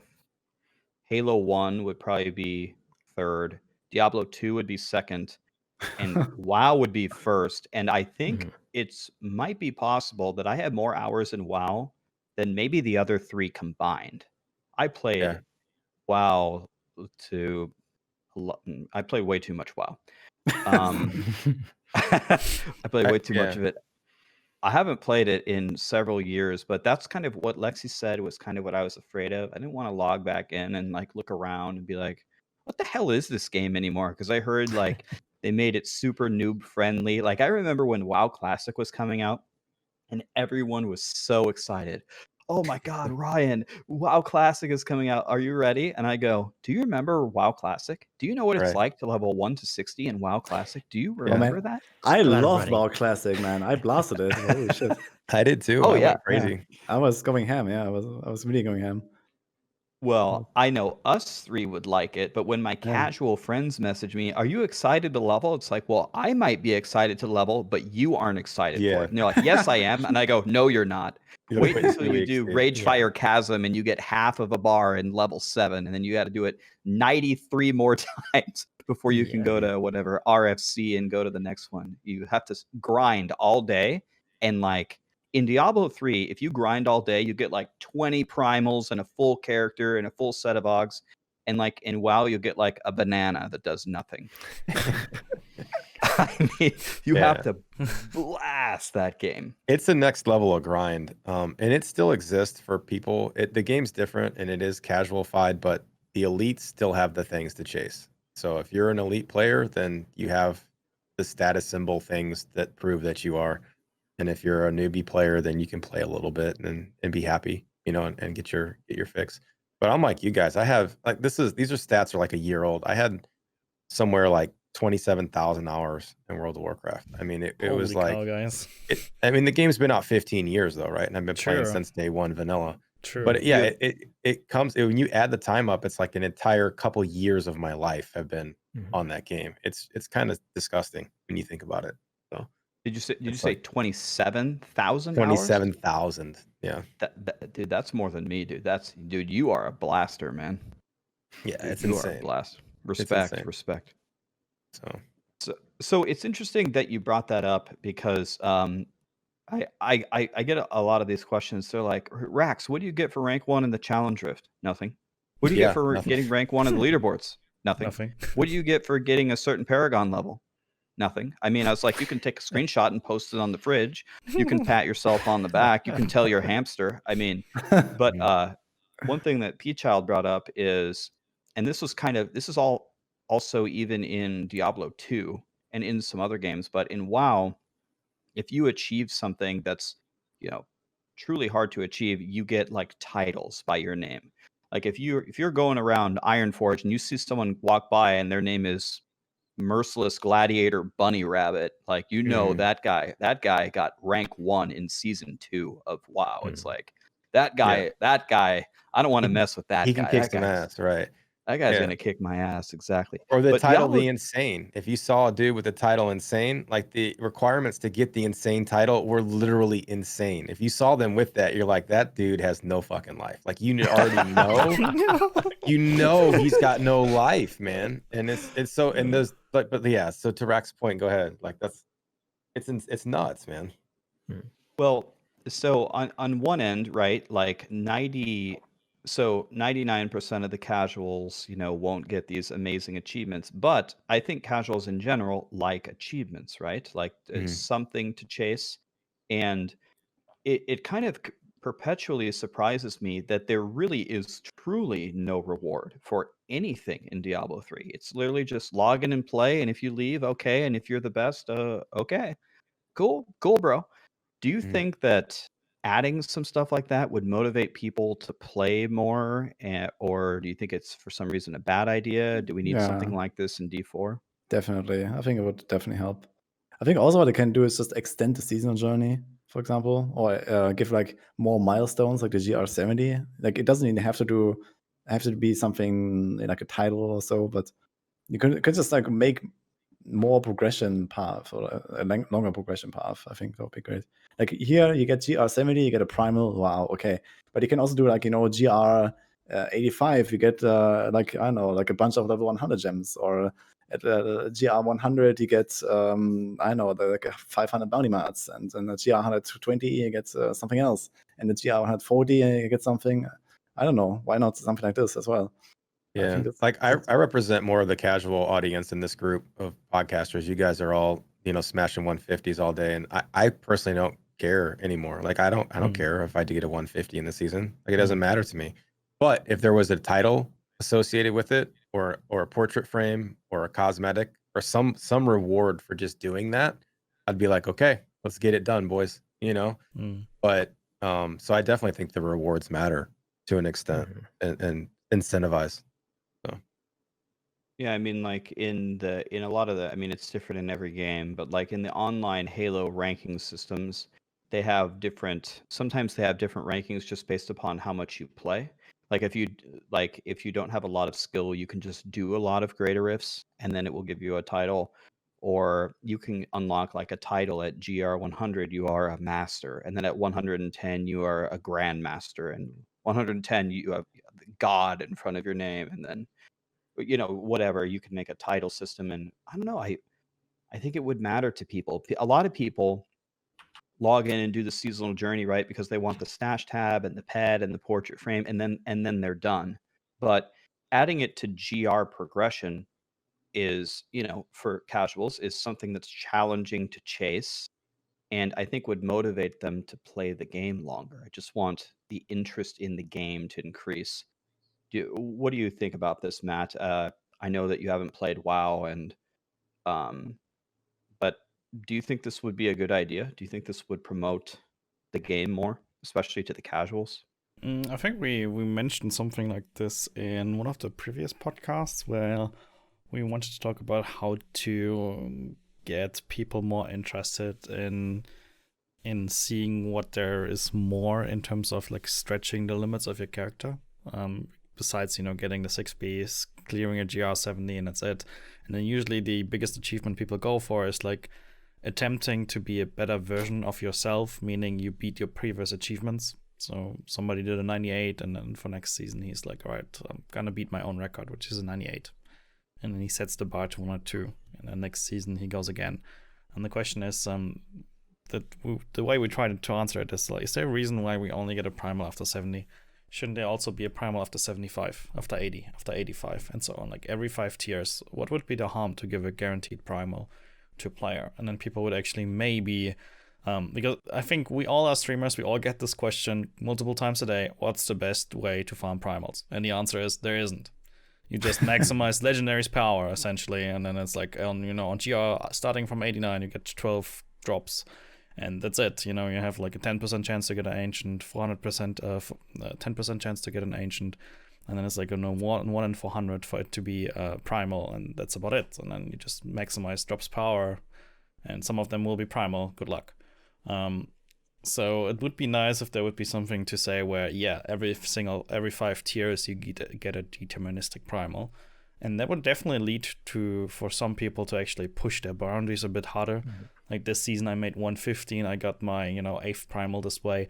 Next season, maybe with a new build, I'll get and try 120. So that might be something. It goes like along the ways of what Woody said, where giving more incentives along the season journey, which is a similar idea here, just expressed differently. I'm definitely in favor of this one. I was in favor of this one on the previous, or on one of the podcasts we talked about this one. The more ideas, and it doesn't have to be bound to only greater rifts and to only like pushing the limits. It can be in anything, really, really anything. Like clear a T16 rift in under 60 seconds. It could be a really nice achievement for or a group solo transmog. bounty run in less than 15 minutes. Let's Yes, go. exactly. Solo bounty run in less than 15 minutes. That is actually really hard in under 15 minutes. Like you gotta have a really you have teched like out. multiple steps. You have like a 30 minutes, you have like a 25, a 20. Yes. And then like every time you achieve one of these steps, you get like, like 200 bounty mats or something. Why not? It's just a one-time Under thing. 50, exactly. Under 15 minutes, you get 1,000 bounty mats. Like you actually need to level like a specific monk setup. You need to augment that, and then you need to have the proper bounties to actually execute, right? Like people will sit there and they will try to get this like one bounty session done in under 15 minutes in a solo game. They will try hard because it's 1,000 bounty mats, and there's a lot of games that do that. Like Grand Theft Auto 5, for example. I play a lot of GTA. That's like my toxic release game, right? I love that game. I don't know why it's so toxic, but I love that game. And so like GTA Online has heists. If you complete all the heists in order without dying, which is ridiculously hard, if you do that, they give you $12 million, which in the game is a crazy amount of money. That's like enough to, go buy whatever you want. But it's like, good luck. Like, here's the thing, like, only 1% of 1% are going to get this achievement done. And so that's just like what you're talking about. It's like, okay, how many people could actually do a bounty run in under 15 minutes or under 10 minutes even for 1,000 bounty mats? Something just stupid, ridiculously hard. But those carrots are what make people want to play the game. Yeah, those are the things that make people go like, dude, I'm going to get this. I'm going to do this achievement. Yeah. So it's like speedrunner achievement right now is kind of hard. Like a lot of people struggle with the speedrun, doing the entire campaign in an hour, but there's no reason to do it. Like, why so you get the seasonal conquest? Like, who cares? Like, that's not enough incentive to make me go do it. Yeah, the incentive would be the season journey, right? I don't people. do Yeah, I also. It's like I won't even attempt that one because it's like unless I get people that know what they're doing, then it's like I'm just gonna end up failing it by 2 or 3 minutes if we get brand new players on the team, and it's like, why am I doing this? I can go do other ones. So, I've talked a lot about challenge rifts, and I've been thinking a lot about how it's such an underutilized feature that they could actually do something cool with. And some of my thoughts on challenge rifts were they should take a top clear of somebody that's pushed on the top 100 leaderboard clear for the class, and let people try that. Okay, you got his rift, you got his gear set up, go have fun, go do it. And then if you do the rift, if you do the clear, then you get to, instead of just giving you a weekly bounty box or whatever, why doesn't it just give you a choice of primals? Boom, here's 5 primals on the screen. Pick which one you want. You get to pick one, or pick a piece of gear off the character class from the guy that just did the run. That's what I was going to say. You like his weapon? Like, boom, now you have an exact copy of that guy's weapon for completing the run, or his necklace or whatever. Like, that's super awesome to me. And it would let people experience end game builds that they didn't have to put together. That the rift's doable because this guy's already done it. So you got his build, you got his gear, like all that stuff. And you get to even keep attempting it to see where the pylons are located and how to group trash and stuff. How about they give you a limited amount of attempts? Because the reward sounds pretty nuts, actually. So yeah, the reward would be pretty nuts, right? So like me, the reward structure could be tweaked a little bit, but just instead of giving a bounty box, though, like what if they did a reward system where you get to pick an item that's like, oh, I already have a good weapon, I don't need that, but maybe I could use the necklace, or I could use, something. So you know what I like about this specifically, because that means that we actually changed the rewards for challenge rifts, which also means we need to reconsider leveling strategies, and I think that's a good thing. Like having the challenge rift bag for seasons, yada yada yada. It's Monday, don't do your blah blah blah, you need it on Friday, and yada yada yada. You gamble the following, you upgrade the following. You got lucky, congratulations, you won the game, you level in 50 minutes. You got unlucky, congratulations, you level in 70 minutes. So rethinking leveling structures, I think that's good. So challenge rift, if that bag is gone, sVr is happy. Let's do it. Yeah, we talked about how pre-challenge rift, it took hours to get to 70. We were talking about during the leveling, like I don't know if it was just because I was a newer player, hadn't had as many hours logged, but it used to take 4 or 5 hours to get to 70 on the season. And I definitely remember my friends being like, yo, you 70 yet to carry me? Like they would always, just wait for me to power level them. And now it's just like, okay, it's been an hour. We're all 70 and blasting. So, one super interesting thing about Thapchild's idea is it kind of you could do something interesting with that changes the way that challenge drifts are set up. And in fact, I never thought of this until now, but challenge drifts actually change the way that we normally play the game because in a Greater Rift, all you have to do is complete the Greater Rift in 15 minutes. That's what you do. And in a challenge rift, they give you a really shitty build in a really, really shitty tier, and they give you a random time that you have to beat. So let's say 8 days from now, so Woody clears 150 and he does it in, let's say, 13 minutes or whatever. If they put that as a challenge rift, it would be a 150 in 13 minutes. And there's a lot of different things that they could do with it. They could say, well, you have unlimited tries and you have to just complete the Greater Rift. Woody did it in 13. As long as you do it within 15 and you have the luxury of trying it either unlimited times or a limited amount of times, whatever you want to do, and you can see the layout and you can make a plan, whereas Woody just plugged the key and just YOLO'd it with no information. Or you could set the bar that you have to beat Woody's time, which is a terrible idea because no one's gonna be able to do that.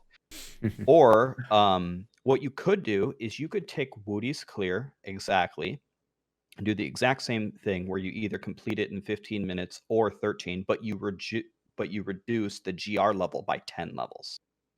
Instead of doing a 150, you just knock it to 140. And now it's way easier than how Woody did it, but you're doing Woody's build on Woody's Rift, and we made it way easier on you, but you're still doing a 140. Can you do it? It's already easier though, with knowing the pylon locations and the map layouts and where all the elites are and stuff like that. It's already easier. It is easier. Man. It's in some cases, actually, you're gonna have the pylons already there that in the real run will be spawned over time. Exactly. So you can actually use them at different times. So. Yes, that's actually so a big deal. That Woody needs to in this setup when Woody is pushing the map, right? He needs to specifically plan all right, I need to kill this elite to trigger the next pylon spawn because I already triggered one and didn't get it, right? And then he kills that elite and then he spawns the conduit, with which he can kill 3 other elites. The player that plays it in a challenge rift, he can just ignore killing the first 2 elites to spawn a pylon and just makes a 5-pack conduit immediately. Which is as the challenge, you have a huge advantage. Yes, you have a huge advantage by being huge advantage. But I think the thing is we don't expect people to be as good as Woody. I'm nowhere close to being as good as Woody, so I don't want to try to beat his time. But it would be fun to experience those things. It's kind of like it's a gateway for the casual player to step into an elitist's shoes and be like, this is what it feels like to have a character with 4,000 Paragon and augmented up, and every piece of gear is optimized properly, and the builds and skills and everything's laid out for me. I'm just driving the car. You know what I mean? And so I think that's a missed opportunity that they do. I would love if that would happen, and I would also love if we clear it and it's we beat Woody's time, that we then actually can pick one of his items, because I would pick his weapon and I'd be happy for the rest of the season. Because I know the weapon. Know what you could do. I know the weapon he's gonna push with, so I will pick the weapon. Yeah, 5 crafts. 5 another crafts. Thing that you could do if you beat Woody's challenge rift and you take his weapon, it could say Wudijo's Scythe of the Cycle. That would be really good. Yeah, that would be good. That would be really good. And then if I push the leaderboards as Necromancer and I beat his time and it says Wudijo's blah blah blah, and he's like, so this Necromancer cleared the challenge rift, got his weapon, and then beat his time with that weapon. That's amazing. I'm totally in for that one, dude. Yeah. But one thing I want to go back to though, so obviously I completely agree with what Woody, Lexy, and sVr said, and it's 1,000 times easier. You don't have to stagnate the pylon spawns. You can see the whole map layout. It certainly, for us, it makes it way easier. But for the casuals, I'm absolutely certain there's some people that were listening to the podcast, probably you guys explaining why it was way easier, that didn't even understand why or don't even know what the difference is. I still think that if we went with this idea, which I think would be amazing, that you still have to make it significantly easier, because the goal of this challenge rift is to have almost everybody clear it, right? Like it's not supposed to be this Mount Everest Maybe. super hard thing to say. It's like Thapchild said, we want people to experience a high level clear and feel like you're doing it. You know what I mean? I don't think that's enough to help them. There's I have a lot of people usually when I'm pushing, like some people are like, oh, well, I can do what you're doing, kind of thing, right? Well, I want them to put that into practice. I want them to actually try it because Yes. You a wanna lot of flex people on talk them? like they can do it. Yes. Yeah, How many let's see times you I've seen actually Lex do it be like, then. listen, look at my hands. I'm not macroing this. Like, I can't even tell you how many times when you do Star Pact Wizard, he's like, okay, stop, wait, go back to town. Look, this is how you do it. So Lexy wants maybe you put revenge. tiers on it though. Maybe you have bronze, silver, gold, like whatever. Yeah, Beat yeah. his time on his Trackmania. difficulty. Trackmania has this where you beat a track in like bronze, silver, gold, and then green is the author of the map, his time. Yeah. So there's like a ranking system there. Yeah. Can we all agree, though? I think it would be much more fun for everyone involved to play like Lexy's wizard build rather than Jim Bob's wizard build that's socketing topazes in his legendary rings last time. I'm like, Yeah. legendary Yeah. gem? No passing Topaz? skills at all, like nothing selected. You're just like, what is going on? I man? think NA had a challenge rift a few weeks ago where he had Kanai's cube and didn't cube anything. I'm like, Yeah. okay. Yeah, and no passives either. No I believe. passives is something I've seen as well. Yeah. No passives like- equipped. We had a witch doctor that had no passives. Like he never learned that you can do The guy these. clearly got carried for 100, 200 Paragon, and then went and did his 70 soul or whatever 45, and then that just Blizzard automatically picked that one. I don't know their selection, man. It's like it's automated, I'm sure, but it's like, man, yeah, there's so many things they could do with challenge rifts to actually utilize because the core system is built. It's like can we manipulate the rewards like that? Can we manipulate how we're picking the challenge rifts? Like, I'm sure as a community we could all chip in, like, okay, let's pick challenge rifts so you don't have to automate it. Like, we'll give you good ones, man. Oh yeah. Yeah, challenge rifts is definitely a system that they never really iterated on. Like we got it in one version exactly, and it feels like all the feedback that has been given to it was just straight up. I don't want to say straight up ignored, but that's how it feels. It feels like you're talking to a wall on this end. The community came up with very good solutions to it. Like there are a lot of issues with it. So yeah, it's never been iterated on. And I mean, do we believe they will now? That's the next question. It's like, no matter what we say here, it's nice to theory craft about this and come up with solutions. Yeah. But do they believe there is a problem? That's what's actually, do we think they think there is an issue that they need to act upon? I think it's just manpower. It's just manpower. That's the issue. Likely, it could be That's manpower. what I think. Because what with the team that they have is they're trying to kick out seasonal themes, and you could tell they're trying to think up and kick out good seasonal themes for us. I don't think that they're like the Shadow Clones was out of left field for me. I'm like, oh, that's a good idea. Like, how did they even come up with that idea? That's pretty cool. But it's just, do they have time to fix the bugs like Rax was talking about? Do they have time to reinvent the challenge rift system and still give us a seasonal theme that's functional, for next season? And I don't think they have the people to pull it off. So fair enough. Yeah, and I mean, I think that's a good point here. And I personally am very grateful for the Diablo 3 developer team, right? I mean, we're still getting a lot of stuff, a lot of new cool stuff, 8 years after it's released. I'm sure that they don't have a lot of resources. I'm sure it's not fun to be a developer. I'm sure everyone in the world has their own idea of how Diablo 3 should be built and changed and all these new things that we should add. And by God, I don't get them. And now I'm pissed. And then the forums go crazy. And yeah, it's always good to take a moment and pause and just be thankful that they're doing the best that they can. So real quick before we go to the Twitter questions, this is your last chance. Go to Twitter, guys. Danctuary. There's a post there. Tweet us your questions.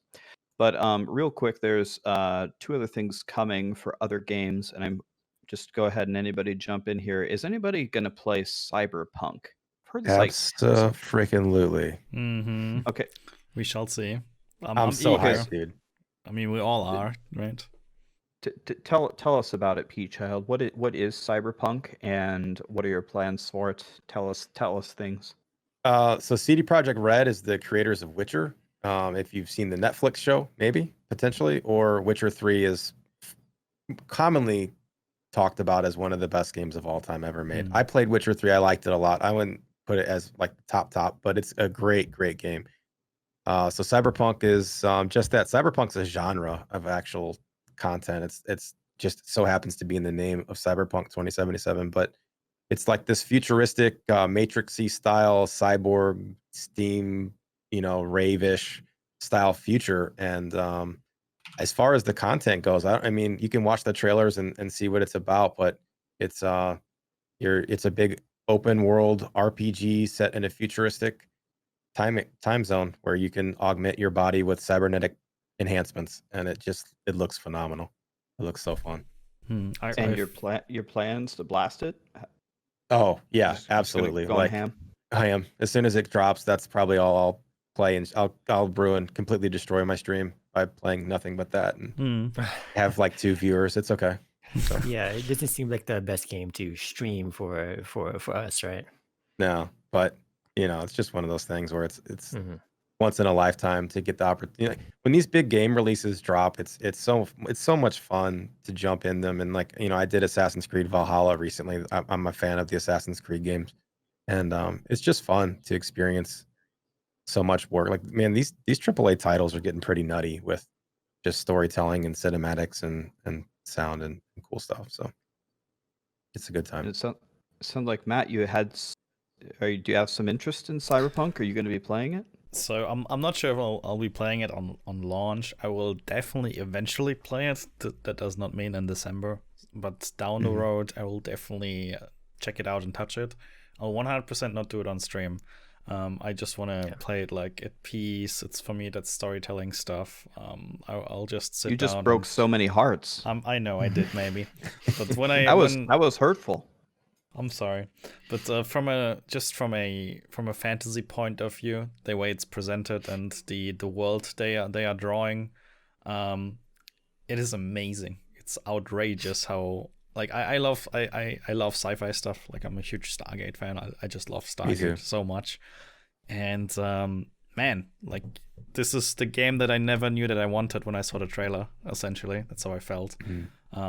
So I'll definitely play it at some point in the future and just geek out in silence and in privacy, with nobody watching, and that will be fun. I'll probably watch some streams. If Thapchild is streaming, I'll sit there and lurk, and maybe play along, and have my own journey in Cyberpunk, my own private journey, and looking forward to that one at some point. But not sure if it's happening in December. Maybe between after Christmas when I come home from my parents' place, and I'm like, I can't deal with this anymore. I need to disconnect, and I want to stream. Then I'll play Cyberpunk. I think that's how it's gonna look like.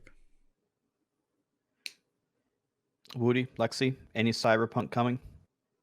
Yeah, I definitely want to try it out, but yeah.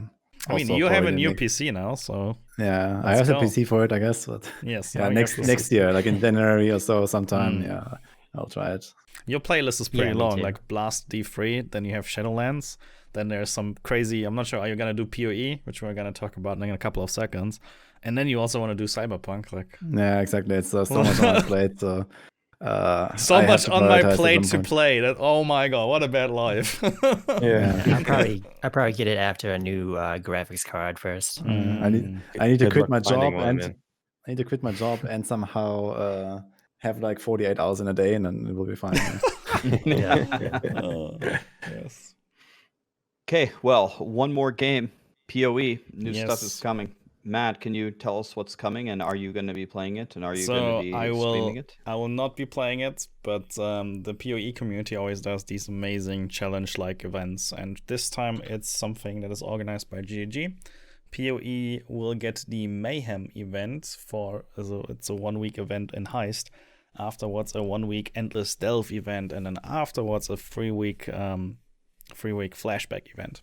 Those are separate events that essentially take PoE in its current state and then put it on how do you say that one when you go work out and you do like extra stuff to have extra muscle grow, like you're on steroids, yes. Supplements. Steroids, Okay. yeah. Steroids. It's essentially PoE on steroids, and then you take that and put it again on steroids. So that's how PoE will look like in those events, specifically in Mayhem. One of the amazing things is when PoE does this crazy stuff, they are not afraid to straight up say, whatever you find in this league or in this event, it's gone afterwards. So they call it to void it. Everything is being voided. It's not getting transferred to non-season. This is something that I like personally a lot, because it means they are not afraid to be bold. It's like, if we're gonna shit break the game for one week, then it's gonna be bricked hard and it better be good. And I like that a lot.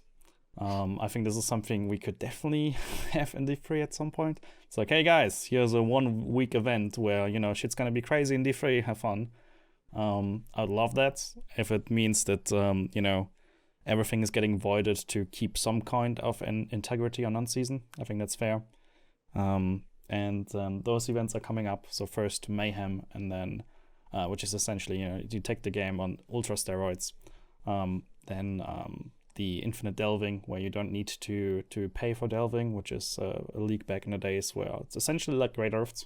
You can always go deeper, and in this case, we could say you don't have to pay keys anymore, which is means you can just do Great Earths continuously. And then the last one is Flashback for 3 weeks, which is not voided, but it's also something that's kind of a bit stronger on steroids. And it's like a summary of previous leagues together in one map, which is very interesting. So that's going to happen. I will personally not play it, but there are a lot of cool things you can win if you clear on certain stages. Then you are eligible to win some drops that are from GGG, some cosmetics, some things that you only get when you end up rank 1 on your class, for instance. That's something that we also don't have, right? We talked about cosmetics and achievements earlier. Feels bad, man. PoE has it. I'm personally not going to touch PoE in that time frame. If I would play something else, that would be Cyberpunk. I think Thapchild, for you it's clear, right? You're stuck with war right now, and then afterwards it's Cyberpunk, and after Cyberpunk it's more Cyberpunk. And then at some point, there's so many things, man. Yeah. So it's a good time to be an ARPG guy right now, kind of, or like ARPG MMO guy, right? It's a crazy time. Yeah. It's like you have D3. It was super unfortunate, the launch timing of this season, with all the stuff coming out, but it's a fabulous holiday, So there's still good information on PoE. Is anybody planning on playing it? Woody doesn't have any time to add any more games to his list, so Woody's out. Or no, are you going to mess with it, Woody? Yeah, a few days, I guess, but not much more than that. Yeah. Still going to play it. I don't need to sleep. I know, maybe. What a gamer. Yeah, Woody is a gamer. It's a maybe. Yeah. Lexy, are you a PoE guy? I dab in it, but yeah, I wish I knew more. I wish I was better at the game. There's so much to learn in the game. It's kind of really hard to be like knowing everything and being like competing with other people there. So I feel kind of left out there sometimes when I'm trying to play PoE. Yeah, it's a long grind if you want to learn PoE. I'm is. glad I already have my 2,000 hours clocked. And if you don't have that, playing any of these things, Rax? Again, they're things that I would really like to play. The thing that I've gotten very into a rhythm on is I just blast Diablo. There are some things that can pull me away. When Final Fantasy VII came out, I played it for like 38 straight hours. Yeah, and just one shot it. That's my favorite game of all time. So that can do it. If they come out with the next Zelda, the next Breath of the Wild, whenever that comes out. Same. Oh, when they come out with the next Wolcen update. Hey, that is just around the corner, right? Not even kidding. I actually heard. I think Wolcen Bloodlines like just around the corner. Yeah, exactly. It's just like a few weeks, I guess, or so. Yes. So this might also be something to look at. Is it paid update or free update? I think it's the first free one. It's a free one, if I recall correctly. I think everything's free. Like they made a lot of patches. And it comes with an economy reset, so they will create something called Legacy, which is essentially non-season, and then there will be kind of seasonal play now, which hopefully fixes the economy from all the. What about dupes. 187 rush? Huh? Is that the max over there at Wolcen? Yeah, it's the max. Yeah. Interesting. I mean, sure. I might do it actually. I'm really pumped actually for Wolcen at some point. I hope it's gonna catch up again at some point. Woody 10 minutes ago, I wish I would have more time. I need to quit my job and I need a 48 hours We just added day. 2 more games. Yeah, so 10 minutes later, 10 more games in the list. It's not my fault that there's so much awesome stuff. I mean, what the fuck? So Woody just going ham. I mean, it's a good time. Like over Christmas, you like everyone listening in. You'll have a good time to choose from. Maybe not D3 at this point anymore, but in terms of like PoEs coming up with stuff, Cyberpunk will be there. Wolcen is coming out with some stuff. We have Last Epoch that just introduced the Demon Hunter, so that might also be something for you, Woody. They just introduced that one. I'm not sure if it's live already, but it's definitely announced. So there will be the bow class now in Last Epoch. So yeah, plenty of stuff to pick from for everyone playing and loving ARPGs and MMOs. Yeah, the problem for me is I specifically never log into PoE because if the day comes where I do log into it and I really enjoy it, then I mean, it may become a thing where I'm going to sit down and say, okay, I want to learn everything about this game. And that would be a very long venture and maybe the death of my career in Diablo. So I'm like, maybe I just better not log into PoE. But like like short-lived games like Cyberpunk and Wolcen and Zelda and FF7, I'll definitely jump in. But not too sure about PoE for me anytime soon. Plus the graphics, man. Oof. Ugh. They're so bad, man. That's another repellent for me. They've updated them. Yeah, it does look better much than it used to. Yeah. And it looks really good for PoE too. Like there are some significant updates coming on this end, so you might consider at least re-evaluating it or giving it a chance again in terms of graphics. They need to fix their interface. As soon as they polish their interface, I think people will stop saying that, because PoE looks much better today than it did even 2 or 3 years ago. But the animations do feel awkward, even though it looks good and the animations are solid. It just something about it seems kind of off. But as soon as they update their interface, then I think people will be like, "Oh, it looks so much better now." You know, they still have a Nintendo interface. I don't know what they're doing with that. It definitely looks like a UI from 2010, without a question. Yeah. Like the UI is very dated. Let's say like this. It's dated. Yeah. It's not. And even on the Reddit, you go to the PoE Reddit, and all the time you'll see mock-ups for new interfaces, and it's just like some of those look phenomenal. I'm just like, guys, like your community's handing you the stuff. Like, how hard is it to update some art on the screen? You know, I don't know. Lots of really good titles coming out. Okay, now we're entering the fun part of the podcast where you ask us questions on Twitter and we will answer them. So we can always count on Seattle Witch asking us amazing questions. She's done it, I think, all 3 times we've done this fun little section. So let's go first to Matt on this one, because I think he has experienced this. The thoughts on the ZDH versus the Z-Monk in the 4-person meta this season. When do we use one or the other? What would you recommend for casuals and pro players? What are the differences? So the Z-Monk does one thing in particular. It makes it very easy to execute escorts on any of the 2 DPSs if you were to play both, because it provides a shield. And it gives a significant amount of mitigation to the group, which means it's easier to keep up the skirts and you don't have to lose it that often, or you don't lose it that frequently. So that is a bit easier. However, as the DPS, especially as the trash clearer, without the Z-Monk, it's significantly harder to survive. You need to run around in circles, essentially, try to not disrupt the pool too much, and then wait for the Z-Bub to do his thing, such that then you can DPS.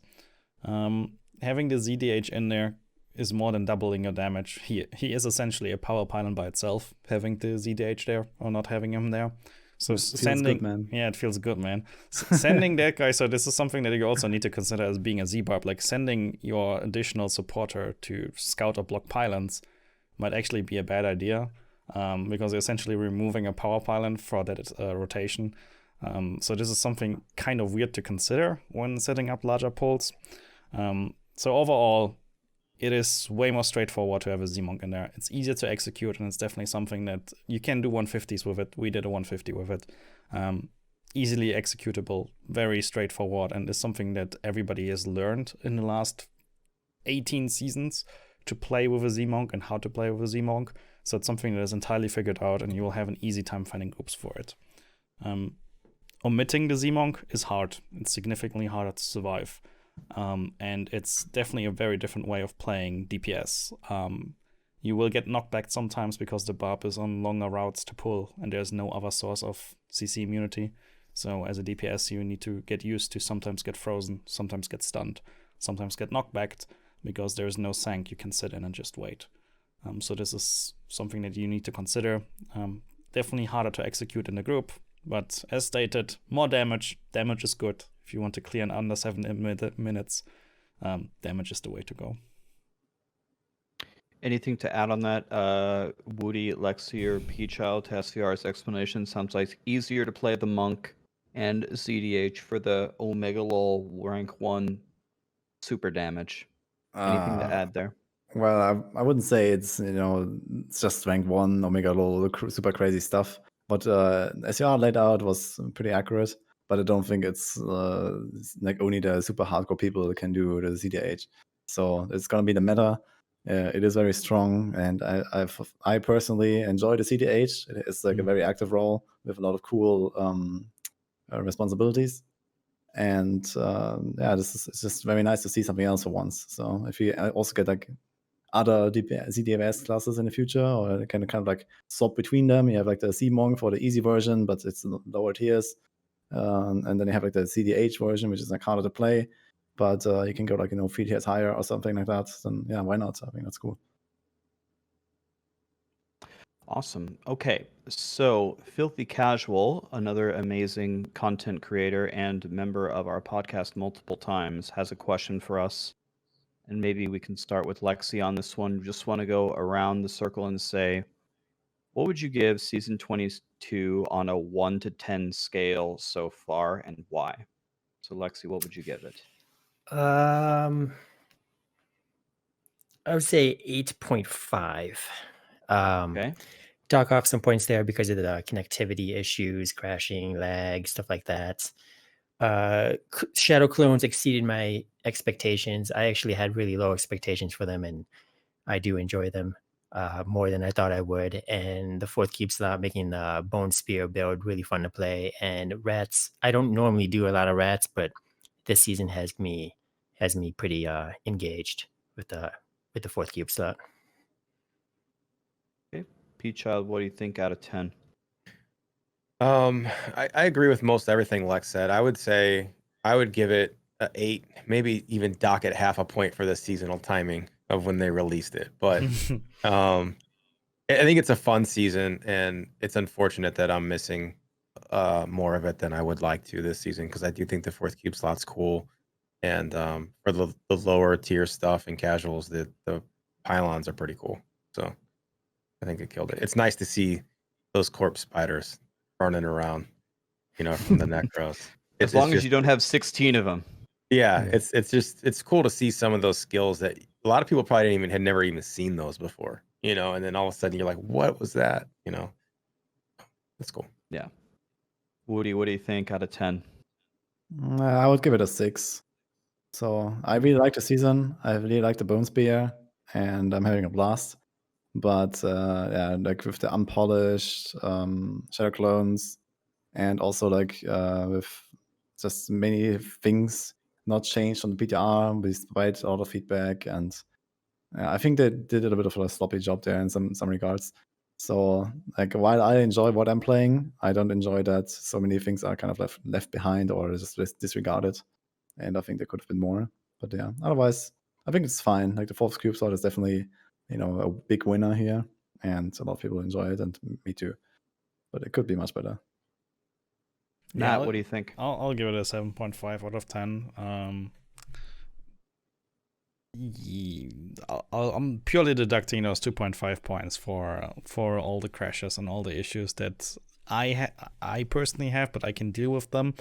But I know a lot of people can't. Like really, a lot of people are just quitting and leaving, and that's why I'm like deducting such a massive amount. Overall, like the seasonal theme itself, if it were not to have any crashes, this would likely be my most favorite season. So I would have given just the theme like a 9.75 out of 10. Especially because I severely underestimated the clones, and that's a benefit for the clones. So, but I gotta deduct significant points for the pain the community has, even though I can deal with it easily. But yeah.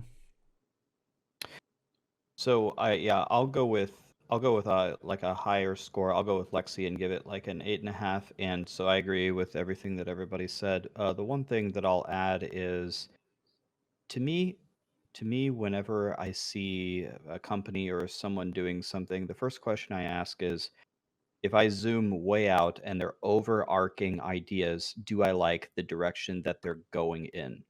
They made a seasonal theme that everyone loves, the 4th cube slot. They made a seasonal theme that's super good for casuals, which I think is really good for the health of the game. And to me, the most important thing why I give it such a high score is it's way better than the season last season.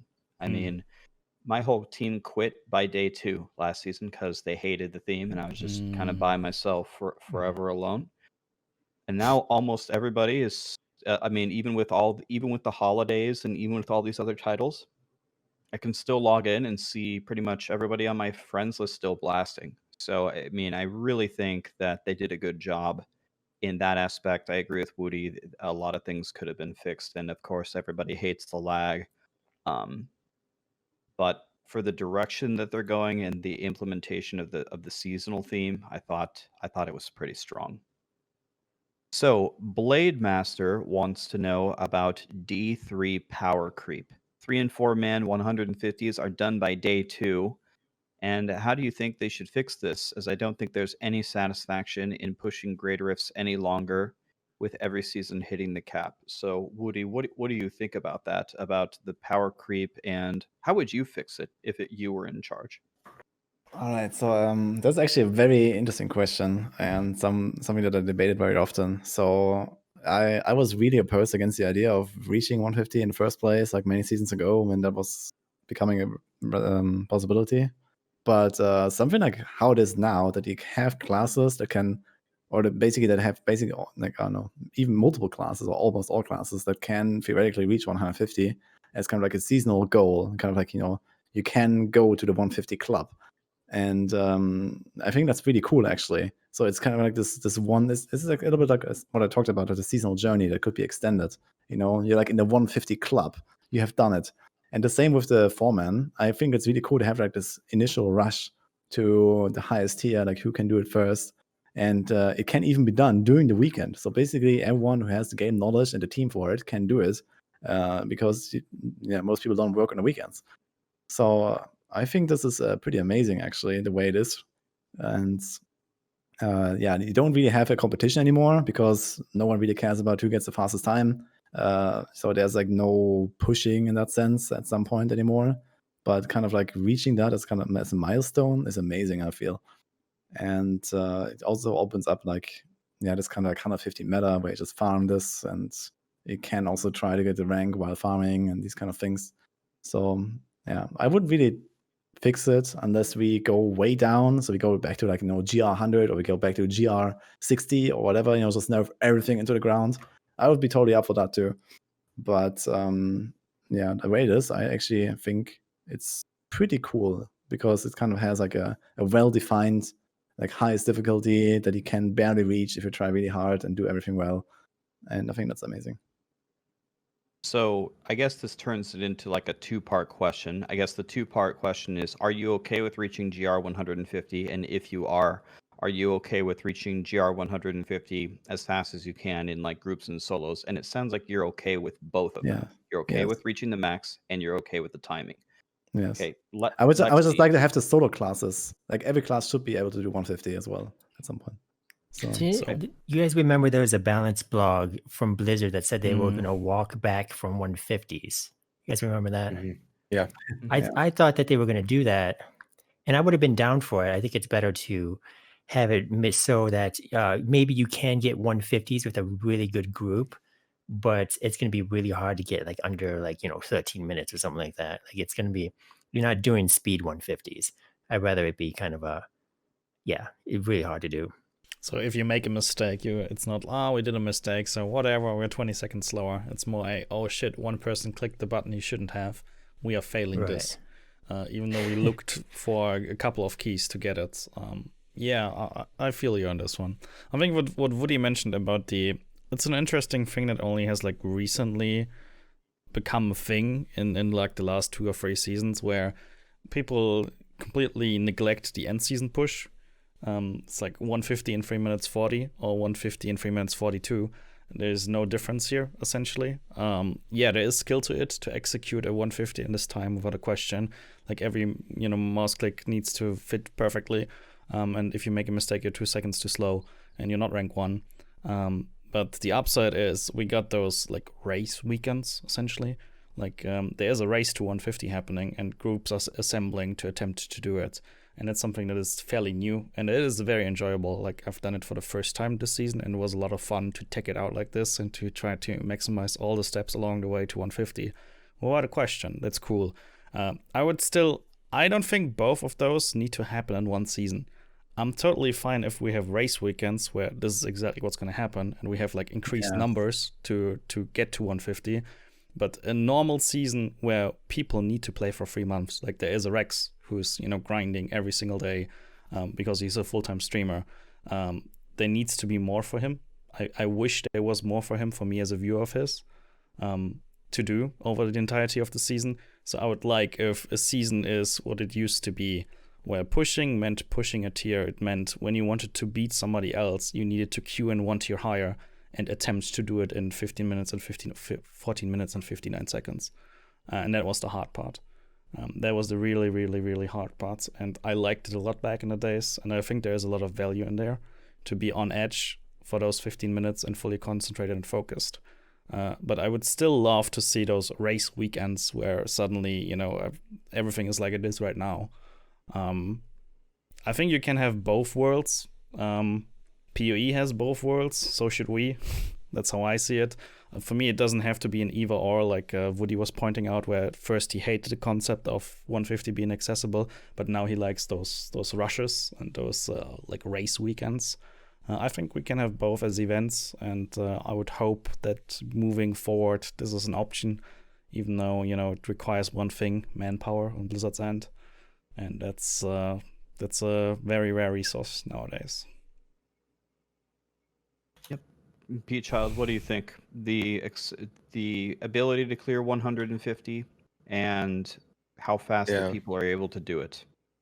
I think kind of to piggyback on what sVr was pointing at, I think me personally, I think a power creep is too high and we should reset. And I think that you can have the best of both worlds with that. So, but if we reset and let's say like the max 4-man clear is like 70, 75, something super low, let's even say 90, then you're going to have people trying to push that. But that also gives Blizzard the opportunity to say, hey, we're going to have a race weekend mid-season. So it could be like 2 months into the season, and they could say this weekend only, we're going to have like a mini season, make characters, whoever pushes 100 first wins, or whoever clears the highest GR in the weekend wins. And you also have now created headroom for these guys to push in that little mini weekend. Like instead of the mini weekend, you have 10 150s. Now you have guys that are, it's like, well, one guy might have did a 93 and the other team did like 92. And so I think there's more room to work. I could totally be wrong about the power creep thing though. So I think it'd be fun to have a season where we try this, where we do a seasonal theme of let's nerf all of our damage and let's nerf and just see what it plays out as. But as far as the 150s, I'm kind of against it a little bit. I think they should bring stuff back down. So. Yeah, so one thing that I don't want people to feel, and I'm not saying that this mentality is a rampant mentality or that it's ruining the game or whatever, but I know that there are some people out there that will stop by a stream, any of our streams, and be like, "Oh, well, Rax just did 150. It's whatever day 3 of the season, and I'm over here doing GR 60. I mean, what's the point of even playing? I'm I'm Paragon 300. He's Paragon 2000. I mean, what is even the point?" Um, so that's something. I mean, sometimes it can even. I think it can be disheartening to some casual players where they want to log in and feel like they're making reasonable progress, and they check one of our streams and they're like, okay, I'm never gonna get there. And the part for me, that I think needs to be tuned. I don't know if it's a complete rework or a complete nerf of power or whatever, but I think it's just too easy. It's just too easy to get the 150. I think the necromancers this season in solo are just going to clear it way, way too easily. And as Woody pointed out, some classes are going to struggle immensely to get it, and some classes are just going to dominate it. And then that comes back to the whole discussion of, power creep within a seasonal theme, and you can't balance around that, which I agree with because every seasonal theme is different. This one just happens to buff necros insanely. But I would just say, just as overall feedback, it's just too easy to clear these 150s, especially in groups. I really wish that was toned back a little bit. If you can reach it by the end of the season, that's okay. If there's 10, 20, 30 teams that can do it, I would be okay with that too. But everyone is just going to obliterate it, and it's just a complete time attack. And I expect the entire 1,000, the 1,000-player leaderboard in all regions is just going to be time attack 150. And I really don't think that was Blizzard's design. I do like the mini races. I really like Peachild's idea to have a race in the middle of the season that only lasts like 3 days. Then all of a sudden it feels really good. But when, as Matt pointed out, when you're grinding for 3 months and you do 2.5 months of rat runs and then to shave 2 seconds on a time attack for 4-player, I really don't think that that's good Diablo play, personally. Any other thoughts on the power creep? Not from my end. I think we've covered it multiple times in the podcast, actually. So it's funny enough that this question came along. Lex? Okay. Cower asks, guilds, clans, and communities, should they be more fleshed out, or are they fine as is? So, Peachild, how easy is it for you to engage your community, your streaming community, with those things? And if it's not easy, what do we need to do to fix them? I think Diablo is pretty cool that it has the community feature in general, because as you guys might or may not know, clans cap out at 150 people. I think it is. I don't know. Yep. There it is again. 150 the cap. Once again. 150. And so the community is really cool. The only downside that communities has is that they limit the lobbies to 100-ish people. So if you have more than 100 people in your lobby or your community at the same time, you're in separate lobbies and you can't communicate. But I do think the communities feature is something that a lot of games don't even have, and it's pretty cool. Just remove the cap on people for clans if that's possible. I don't know what limitation there is, why it's there. I'm sure it's there for a reason, but if they could expand that to 1,000 people or 1,500 people, like, I don't know. I'm all about the clans and communities, man. I like it. So other than that, I like it. I hope it continues to move forward in Diablo 4. When they're developing it, I hope that they're thinking about community features and social tools.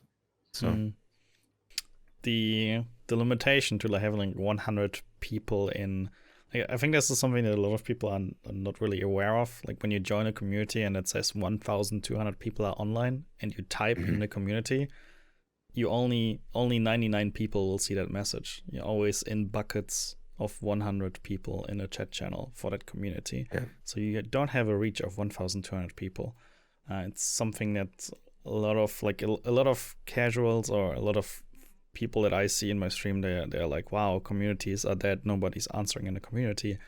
And the answer is because you're actually not typing to 1,200 people. you're typing to 99 others, and those might already If be that, busy. yeah. It does weird splitting sometimes too, where that doesn't even happen. Like you'll have 150 people in the community, and so you'll have like 80 in one, and then like it's just weird numbers sometimes. So a lot of people start to use Twitch chats. Like unfortunately, it's like, hey, +1 in our Red group, or also Discords. Like a lot of people use large community Discords, be it the Reddit Discord, be it the Diablo fans Discord, be it whatever Discords of even larger streamers are just being used to looking for group, looking for more. You'll have more reach over there because, actually a couple of thousand people will simultaneously be able to read your message. It's possible. It's not possible in the game client, which is interesting. And I think that's something like a lot of people still play Diablo. You just don't get to interact with them from within the game. And that can be hard for grouping. I understand that it's painful to group right now and to find certain setups that function well. Discords are kind of the answer. The real question was, should that be reworked? Probably. There probably should be a better way for grouping. Other games have matchmaking systems, but matchmaking systems have their own pains and issues, right? But yeah, how nice would it be if you could log in your red setup, it checks your gear, you're a viable red DPS, and then you queue for matchmaking. And then you get matchmaked with 4 people. Is that something good? Maybe. Is that something we would get? Likely never. But there are ways. Anytime you're not in the game and you're using external tools, I think it's a flaw in the game. If you're tabbed out of the game using other systems, then the game's missing a core feature that it needs to address. And to go back to WoW has a looking for group feature that they've built in where you can customize and put what you want. So let's say I wanted to do Mythic +20, which is really hard, right? There's a system in the game where I could find other people to do the +20 with. Not still random guys. They could suck or they could be jerks or whatever, but the system is in the game. I don't have to tab out to a website to do it. And that's what Diablo needs. Yeah, I think the worst part is in Diablo, even if you wanted to go down the road of group play, you can't because there's nothing that gets you started really. Like unless you have streamer communities, there's nothing that gets you started to actually get into red runs. Doesn't really exist. So at least in WoW, there is a system where you can get started, and you can get somebody in, and he might suck, but at least you get to have your first experience, which can be very valuable, even if it's bad. And we don't even have this you can't even cast the first stone in Diablo to actually go and play in a specific group, and that's kind of sad, yeah. So I understand the question. It's sad, kind of. Lexy, anything to add on what you would change about groups and clans I think and communities? for an ARPG game like D3, I think that they did do a pretty good job, but I didn't even know that there was a limit, that 99-person limit. It seems like maybe D4 will have more of that since they're going more the MMO routes, open servers with more people on it. Maybe they'll do a better job with that there. Yeah. And I mean, Matt pointed it out. It would be amazing if we could get a matchmaking system. I don't know if we ever will. I honestly think about the days when we were in Diablo 2. Not that it was used for this, but in Diablo 2, when you were just chilling in like the main menu, you could see all the little people down below and what class they were, and you could tell like what gear they had on and what level they were. I wonder if you could have like a visual like matchmaking thing of everybody online, like a looking for group channel, and it just shows you all their gear and their levels and what they're looking for. They're either a support or a damage dealer, or maybe they have multiple things checked, and they can have a little tiny 30-character message looking for group. Rats or metas can play any role, and you can just kind of scroll through and look through people to find. Maybe that would be something that's easy. My clan is very, very active, and it's a huge way for me to find people to play with. I literally use it every day. I log in, I say, don't have my team on, need someone for rats, or someone want to farm keys. I can usually find a group right away. It's a very valuable tool. I would love it if they would put more into the social aspect. I've been asked 1,000 times, Rax, if only I would love this game if I could just find a group to blast with like you have. I just want to. That's how I would like to play Diablo. One thing that I think is severely underrated for Diablo players, the first question that I always ask them is your friends list full? And the answer is always, of course not. That would imply that I would have to have one friend, let alone 150 friends. So then I say, okay, let me ask you a different question. Have you played with 150 people before? And usually they say, well, yeah, I mean, we did some little groups here or there, but I didn't add them as a friend. Well, if you're playing with somebody and you wouldn't mind playing with them again, you can add them as a friend, and you can post, that little broadcast at the top. Hey, I'm looking for these people to do this thing. And that's another really good way to find people to play with. And once you have 150 friends, then, or it's 200, right? Cap is 200. It's 150, I think. I'm always deleting people.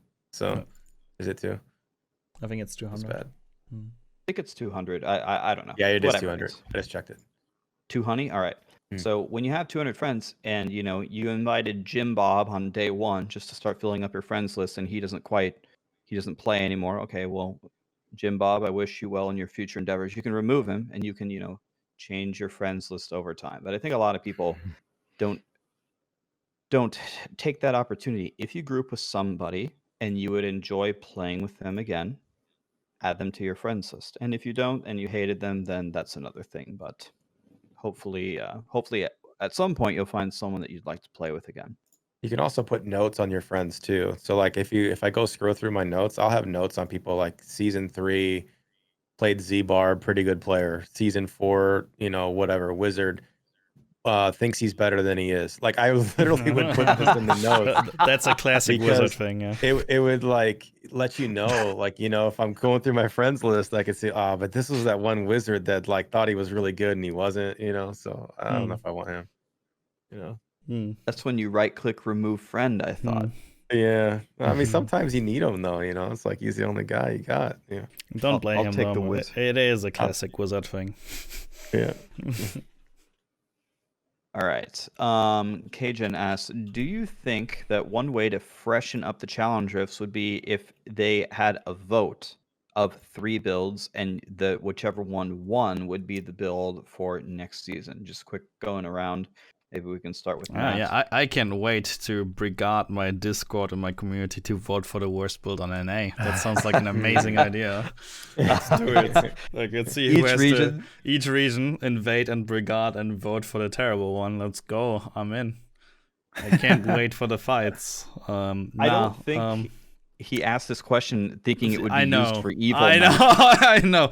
I'm thinking about evil ways to be exploitive. Exactly.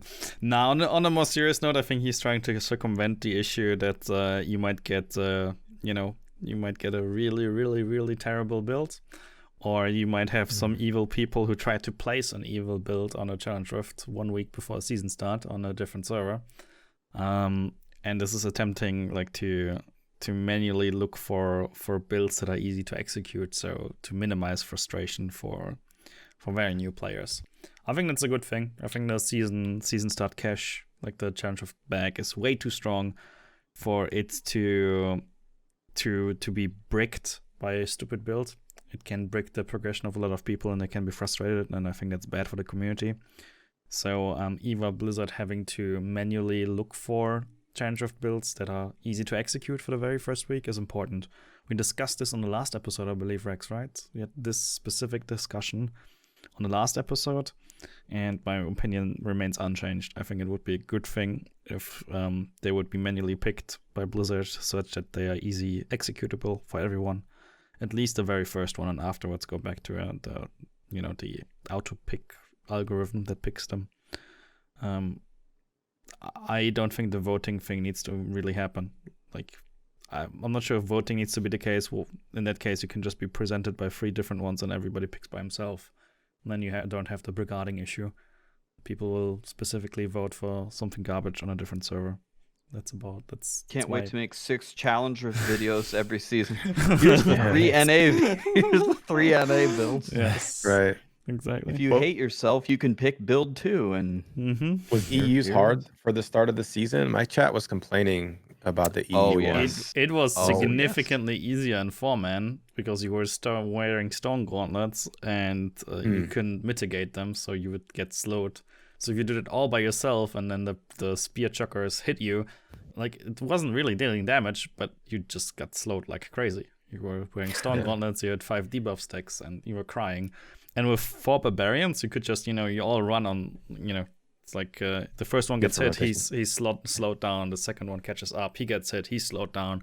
So everybody gets at maximum like 1 or 2 stacks. So it was easy in Foreman to execute, like no issues whatsoever. But if you were to do it solo, that could have been painful, without a question, if you weren't prepared. And all the EU challenge drifters cheated because you guys had the shadow clones. You should have tried doing it without the shadow clones. Yes. I could use the shadow clones to do it for you. True. Filthy Casual was right. Previous episode, Filthy Casual said the clones will help, and they will help a lot of people to actually do the challenge drift, and he was right. He's a prophet. Filthy Casual. So, would you guys? So, is it fair to say that we would be okay with either the vote of the 3 builds, or for just Blizzard to pick a build that doesn't suck? Yeah, they should in just agreement there. Sure, yeah. pick one. I don't know why they don't pick one now. So Kick. Okay, so let's do 2 more, and then we'll call it a day. We'll be at 2.5 hours for the podcast. So this sounds like a seasonal theme question, and I know that this has been brought up before, but not even Steven asks, what do you think if we used Ramaladni's gift on jewelry? Now, I don't know, so that could mean one of 2 things. I'm guessing it's going to mean that you could potentially have 2 sockets in a piece of jewelry. I assume it doesn't mean that you socket in a jewelry and just get 1 extra damaging stat, because that wouldn't be that exciting, right? So, assuming that it means to have 2 legendary gems in jewelry, how do you feel about that, Lexy? As like maybe probably a seasonal theme. I don't know if I really care for it too much. I guess maybe that's because a lot of legendary gems aren't used. Maybe if they rework legendary gems in addition to that, that might be good. Yeah. Yeah, there definitely needs to be a rework at some point. Yep. So legendary gems are extremely bland, and there's almost no choice in many builds. And many builds, there are some builds that have 1 legendary gem that is good, and no other legendary gem that you want to use. The Roland Crusader. Like using like Zays at like try to play at melee range or something, just for a little extra try to DPS, right? Try to play a melee build that doesn't need cooldown, and no attack speed, and you can't kill elites. Like there's no legendary gem that makes sense besides trap. and also like something like multi-shot even. You have Zays, and then you have maybe powerful, but that one already sucks, and then you have nothing.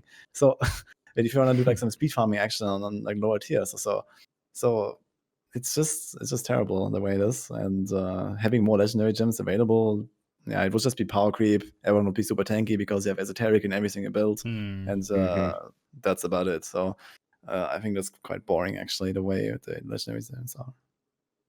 I would also advocate against that idea, because I don't think we have enough choices right now on legendary gems. Like Woody said, essentially you get Ezo in there, you get Mutilation Cut in there, and then that's it. You can like Wizard builds can already comfortably tank on significantly high tiers. They even consider play Shimizu because they are so tanky with their shields. So they definitely don't need it. And I feel like it will trivialize mitigation decisions that you want to work into your build even further. So in the current state, I wouldn't like it with the gems that we have.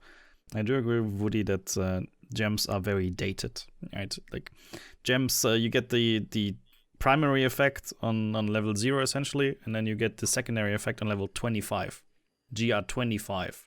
That used to be a high tier. GR25 is literally nothing these days. So there should be something that unlocks later again. Like once you get the gem past level 100, there should be a tertiary effect maybe. I did actually release a video talking about exactly that at some point. I did sVr release is a Reddit advocating post. primal gems, guys. I'm just throwing that out there. Yeah. So Ancient gems, primal gems. Exactly. So that is something. They are just very dated. They haven't been updated in a long time when we pushed GR50s. Yeah, so I completely agree with what everybody is saying, and just to kind of summarize it, and maybe to try to explain it in the same concept in a slightly different way. Um, when you add the extra legendary gem slots right now, what you are not going to get is like a ton of extra damage or a ton of extra cool bells and whistles. What you're going to get is just the only legendary gems besides your main ones that you're using right now that are going to help you is insane defense mitigation, right? Then you can look at your build and say, okay, literally every single roll that I'm possibly taking for defense, I can get rid of. So that would be likely the effect for 99% of builds. Is just a shitload of mitigation, which is not going to feel super exciting, except maybe if you play hardcore.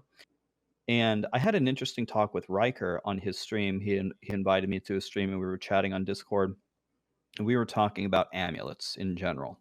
We were talking about Squirt's Necklace and Flavor of Time and Traveler's Pledge. And essentially, those are like the only choices ever, right? There's really no choice for the amulet slot. And then he brought up Hellfire. And I asked Riker, what do you think a Hellfire amulet does? And he goes, well, it gives a class a passive, right? And I go, yeah, that's what it literally does. But what if I told you that even in its best case scenario, a Hellfire amulet gives you the 5th best passive? Because you already get to pick 4. Now, we already thought Hellfire was shit, right? But now does that, like, if you think about it that way, does it seem to make sense how shit it really is? It's like, how excited are you to get your 5th best passive? Yeah, thanks for nothing. I would have Well, rather then had again, there are some builds that don't even have 4 passives. Yes. We all know the situation when you build a necromancer and you're like, oh, so this one, now what? And then you're sitting there, so I need to select 2 more passives. Like, what do I actually do here? I feel this is like kind of an unfair thing amongst classes where Demon Hunter has so insanely good passives. Like when you play Demon Hunter and you select, you sit there with like, holy shit, I want this, and this. Dang, what are the top 4? I mean, I always have 5 passives. Look at my profile picture. And this, So Demon Hunter is for me at least a class that where, yeah, it is a luxury problem. Crusader also has super strong classes, and then every single time you play a Necron, you're like, well, might as well be a challenge rift here and did not select the 4th one because it does nothing. So that's what's happening on Necro quite often. So depending on class, Hellfire can be stronger. But yeah, since the introduction of squirts, it's kind of questionable, I would say. Yeah.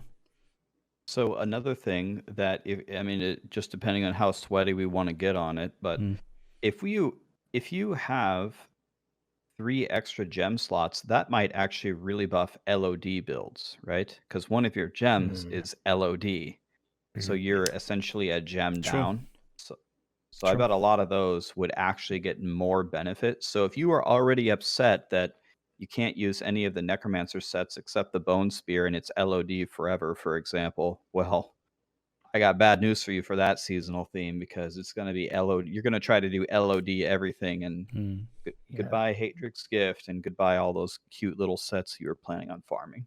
Ooh, at least we can use Invigorating Gemstone and be immune to CC finally for Wizard. Yeah, and especially for Witch Doctor. Witch Doctor is now a class that does not stop playing when it sees a Frozen Elite. Yeah. Okay, final question from Dan. Are you okay with using old assets if it means more items are added to the game? An example of this would be the new Witch Doctor Mojo uses the same art as a rare Mojo. Thapchild, how do you feel about that? Are you okay with them reusing old assets to build stuff into the game? Sure. I mean, it doesn't, it's not the most compelling visually game anymore. It's 8 years old, so I'm okay. I don't mind.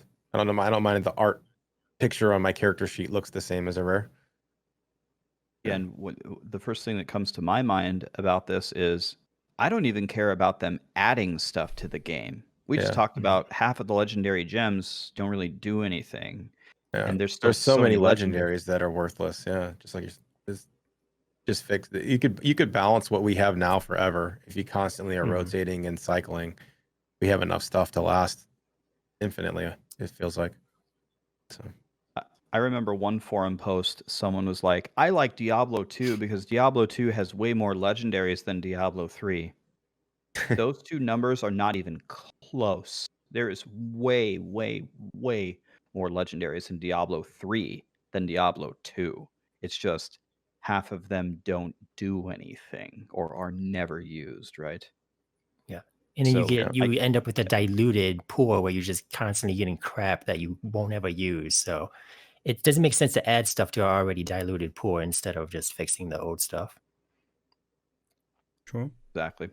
Woody, Matt, anything about the art and the assets and new items that bother you at all? I don't mind if it's the same thing. Yeah, I don't care either. So as long as they add stuff or like rework stuff, you know, I'm happy. I don't care how it looks. Same. Yeah. So just give us more updates of items. Yeah. Yep. Well, I think that's going to wrap it up for us, guys. We will be back, of course, with episode 9. And I think, if I'm correct, Matt, you can correct me if I'm wrong, but is the next episode going to be Diablo 2 based? It's going to be a Diablo 2 based episode with some Diablo 2 folks, mostly. So stay tuned for that one. A couple of things happened in the Diablo 2 community recently. You might have heard of Project Diablo. You might have heard of other things, and a couple of things that might happen in the future will also be discussed on the episode. So stay tuned for that one. It's gonna happen in the next 2 weeks. Unfortunately, due to scheduling, international scheduling is not easy. We're still looking for a specific date, but it's gonna happen. It's gonna happen. And I want to thank Matt, sVr, and Lexy and Woody and Thapchild for coming. It's always a pleasure hanging out with you guys. I want to remind you guys that Lexy is pushing for partner, so we need to show him all the support that we possibly can in the next however many days. Lexy, are you firing up right after this podcast? Yeah, I can go right now. All right. Okay, so if you can, please fire up right away. We will raid him, guys, when we get over there. Please throw him a follow. What can I say? Amazing episode, guys. Thank you for everything. Goodbye. Yeah, thank you too. Thanks for having me.